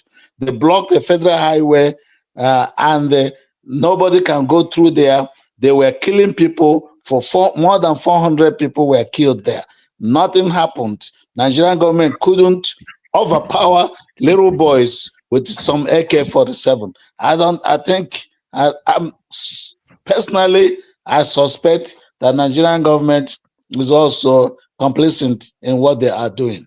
So that's what I have to put on this, because the shameful thing that the almighty Nigeria will allow some little boys block a federal highway, federal government highway. They blocked it for 4 years. Nothing happened. Military never went there to fight them, and they blocked it, and they killed more than 400 people. If you go there, you will see bones and skulls of so many people that they killed there. So nothing happened. So I just want to bring this to the attention of the whole world and Nigerians to see what Nigerian government, they are complacent to what is happening in Imo State and that area. Okay, thank you, sir. All right, thank you so much for being. Yes, sir. My brother, go ahead. Your turn now. No, unmute yourself. I can't unmute you. Okay. All right. It's really hurting me, making this comment right now, because and hearing what my brother is saying. Incident will happen to be I'm from Imo State, so I understand what you're talking about, and that's why it's hurting. Now, I think the solution is primarily local. We need to reorganize ourselves. We need to reorganize as Ndibo. Somebody from my village, like from your village, I understand the Olu, challenge. It is a local solution that we need to start applying, because every of these people, every community knows those who are bad and those who are good.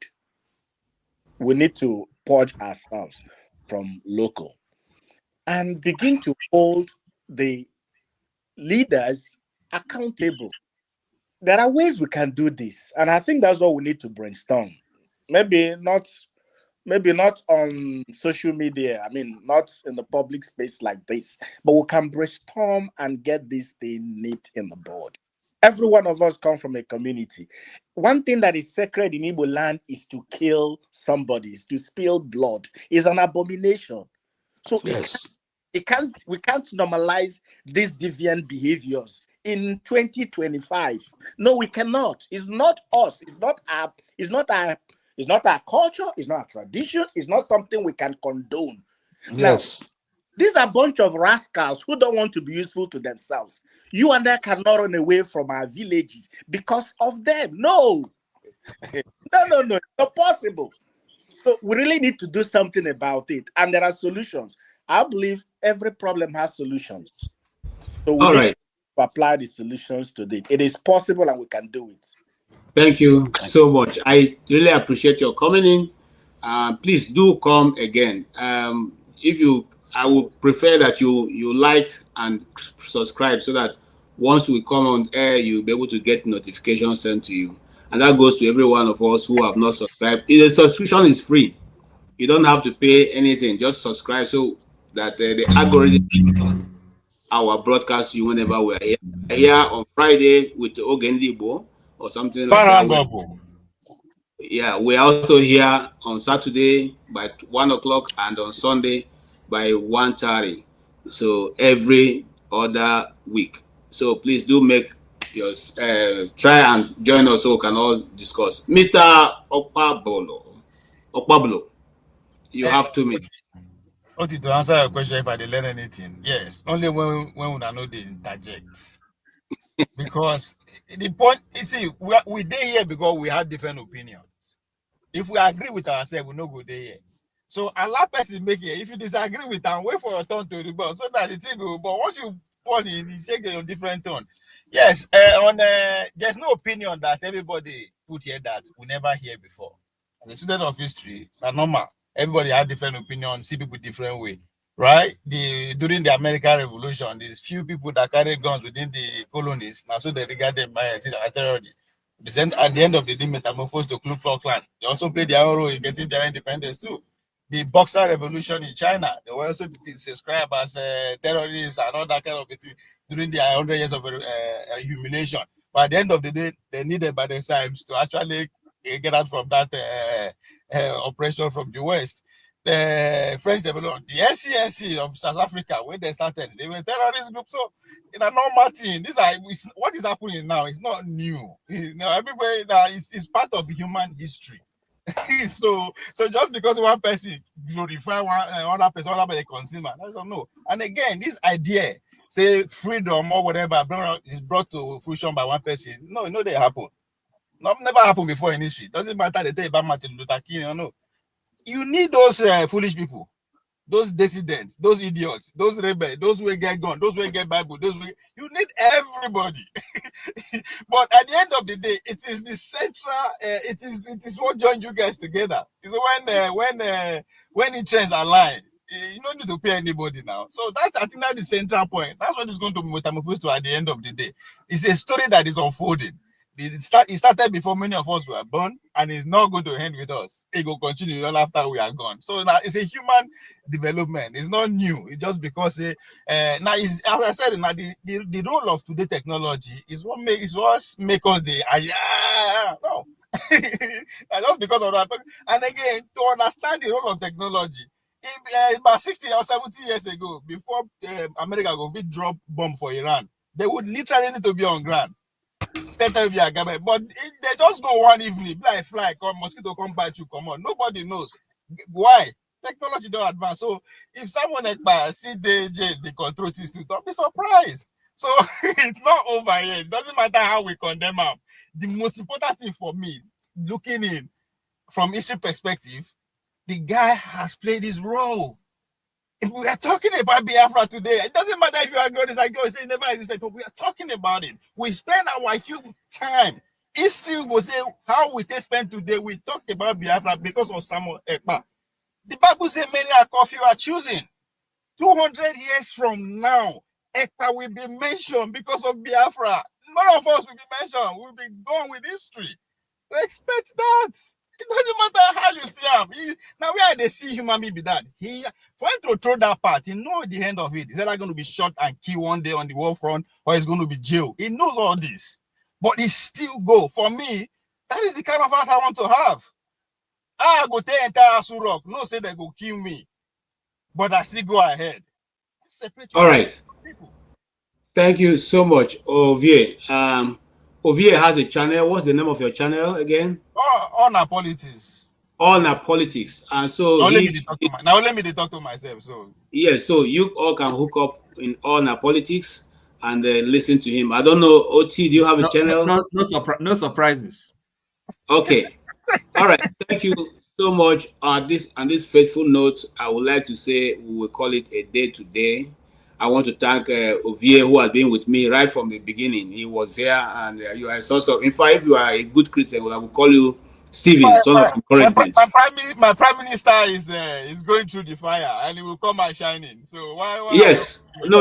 I believe that. I'm not one of his fans, but I believe that he will get freedom at the end. But again, this thing also legitimizes his struggle. I mean, if you say not criminal, but it legitimizes that struggle. No. International constitution. Faulty logic.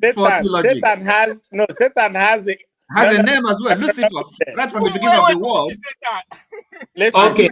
All right, gentlemen. You know, we just have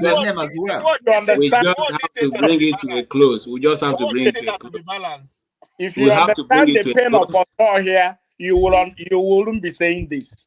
All right, we'll have to bring it to a close. You won't be saying this. Okay, thank you so much. Sorry, sir. Can you call your name exactly for me? Anna Lechuku. Anna Lechuku. Anna Lechuku. Oh, very beautiful name, Anna Lechuku. Thank you so much. I have one. Yes, I have one Mr. Anna Lechuku as my friend, but he just calls it Anele. He didn't put the other side.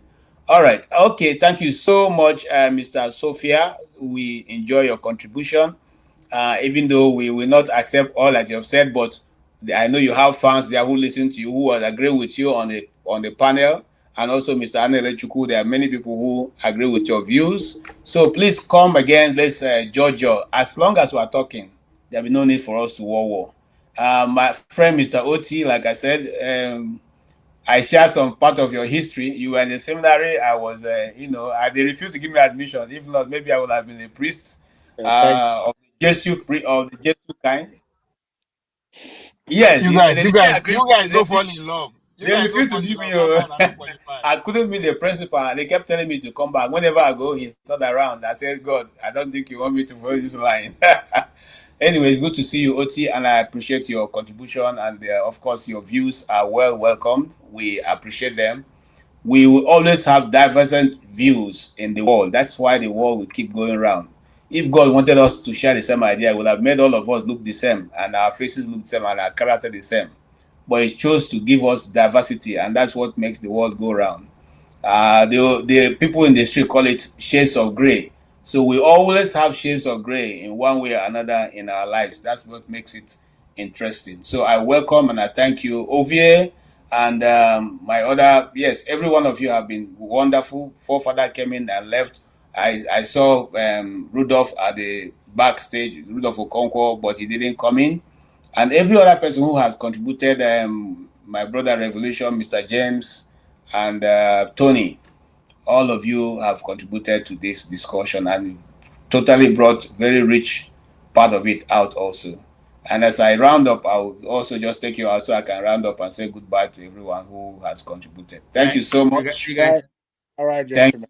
Thank you. Thank you.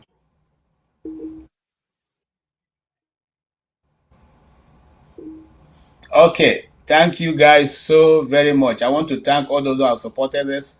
Oscar Blackstone, my friend from the other side. Thank you for all your support. I really appreciate it. You are just there, Oscar Blackstone. He supported us so very well today. Bought tea, a cup of tea for me and for Forefather and Rudolph. Thank you. You all did so wonderfully well. Thank you also, my brother. You told us we did a good job discussing today. I thank you because the last time you were here, you didn't agree with my discussion, but today, you approve of what we discussed. Thank you so much. We really appreciate your comment, whether it's in support of what we are doing or not. We appreciate it. Thank you. Also, yes, Chris. Thank you so much. I appreciate your comment. I appreciate also the contribution you made to the platform. Thank you, Kulata. Today we are a bit on the same side, but it doesn't matter whether you're with me or you're on the other end. I appreciate you. I appreciate your comments. Thank you for always finding time to come. Like we say on this channel, we appreciate you not only because you participate, but because you chose to share your time and your treasure. There's nothing more important in a human being's life than time. The time you spent on this channel today can never be recovered. But you have spent it with us to educate, to enlighten, and to let other people know your opinion. Those opinions will continue to remain in this channel, and people will not only watch it in the after now, but they'll continuously to dwell on it. And maybe, who knows, that can help to develop and enrich the polity and the governance in Nigeria. We appreciate all of you. And like I will end up by saying, as for those who think that Simon Ekpa is not doing very well, I would like you to stick along this line. In the Igbo land, part of the southeast, or the southeast as the case may be, you hardly have any federal presence. In my community, the water that runs in my community is community built. The road that we drive through is community. The electricity that we have, the transformer that we have, we bought it. The NEPA wires that they run, we bought it. The poles, we bought it. The schools, we built it. You have community schools almost every part of Igbo land. The Igbo land is only... Where is this one coming from? Okay. The main fact that we don't have a seaport, or we have seaport that they refuse for it to function. There's a seaport in Calabar. There's a seaport in Akwa Ibom. There's 2 seaports or more in River State. There's the Oni and there's the other one. You have a seaport in Warri, not functioning. The dredging of the Niger has always collected money since the time of Shagari till today. The Niger has not been dredged, and therefore ships cannot come in. And so everybody has to go to Lagos. Igbo people are business people. So if you want to show us that you still, and the Igbos who are not in support of Simon Ekpa, show us how we can have a seaport that can help develop our places. Show us how the federal government can allow the Nigeria, in the East, to have an airport where you can fly in and don't have to go to Abuja or Lagos before you can, drive down to your location. You ask yourself, why is that there's no railway, no rail line? The standard gauge was, in the money borrowed, was only used. In fact, the railway had even all the way to Maradi outside of Nigeria, but none went to the southeast. Ask yourself these questions. Those who are saying that the Igbos are marginalized, are they on the wrong side? If you can rehabilitate people who have committed serious atrocities by all they're doing in the north, why won't you even have a discussion with those who are agitating for a separatist state? Today, it is Mazi Simon Ekpa. By the way, we know also that certain people who influenced what is going on in Finland, but today it's not for those people. Another day we'll talk about it. We are only trying to draw our attention to this fact that this judgment today, if it stands, wow, I don't know how that keeps coming up. If that is the situation, it then means that both yourself and myself, who are always in these streets of the internet, making one comment or the other, well, we'll have to watch it. Because if a man in Lagos feels that what I'm saying now is not in tandem with what he believes, he can take me to court. And then that will be a case. So let's not celebrate. It's not because it's Simon Ekpa, but it's because the world is evolving, and very soon things may not look as it is today. I thank you all for joining us. Rudolph Okonkwo, we are standing in for him on behalf of the Dr. Damage's show. He will be here on Saturday, where this conversation will be taken to the next level, or as a guest of ours will say, will be alleviated. And until then, we say thank you so much, thank you. And for those who believe in Simon Ekpa, it's not yet over until it's over. We say that because Simon has he can appeal the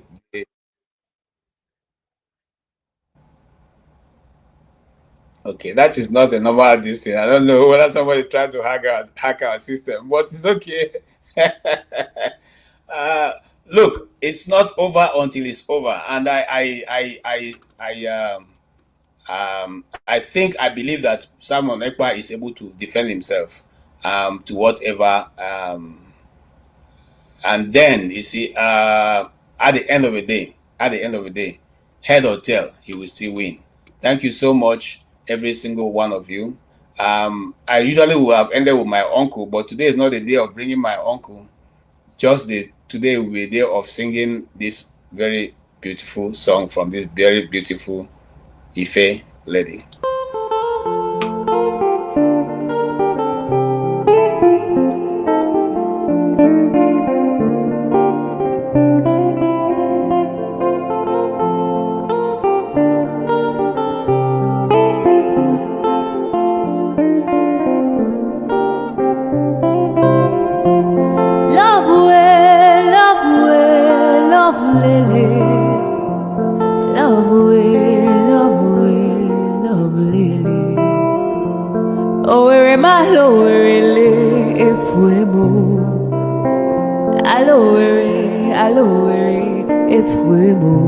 I am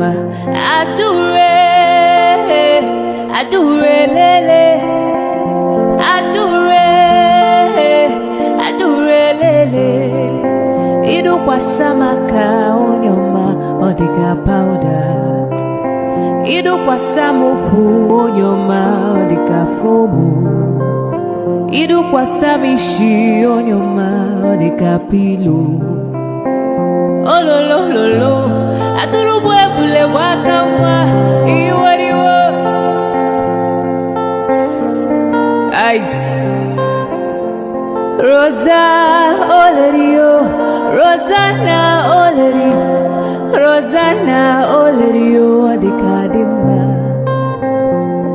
Adure Oleri, Adure Olerio, Adure, Aturubwe Bule Wakawa, Iurio, Adure, Adure Lele, Adure, Adure Lele, Idu Wasamaka, Onyoma, Dika Powder. Idu kwa samuku onyoma dika fumu. Idu kwa samishi onyoma dika pilu. Ololo lolo aturubwe mule wakawa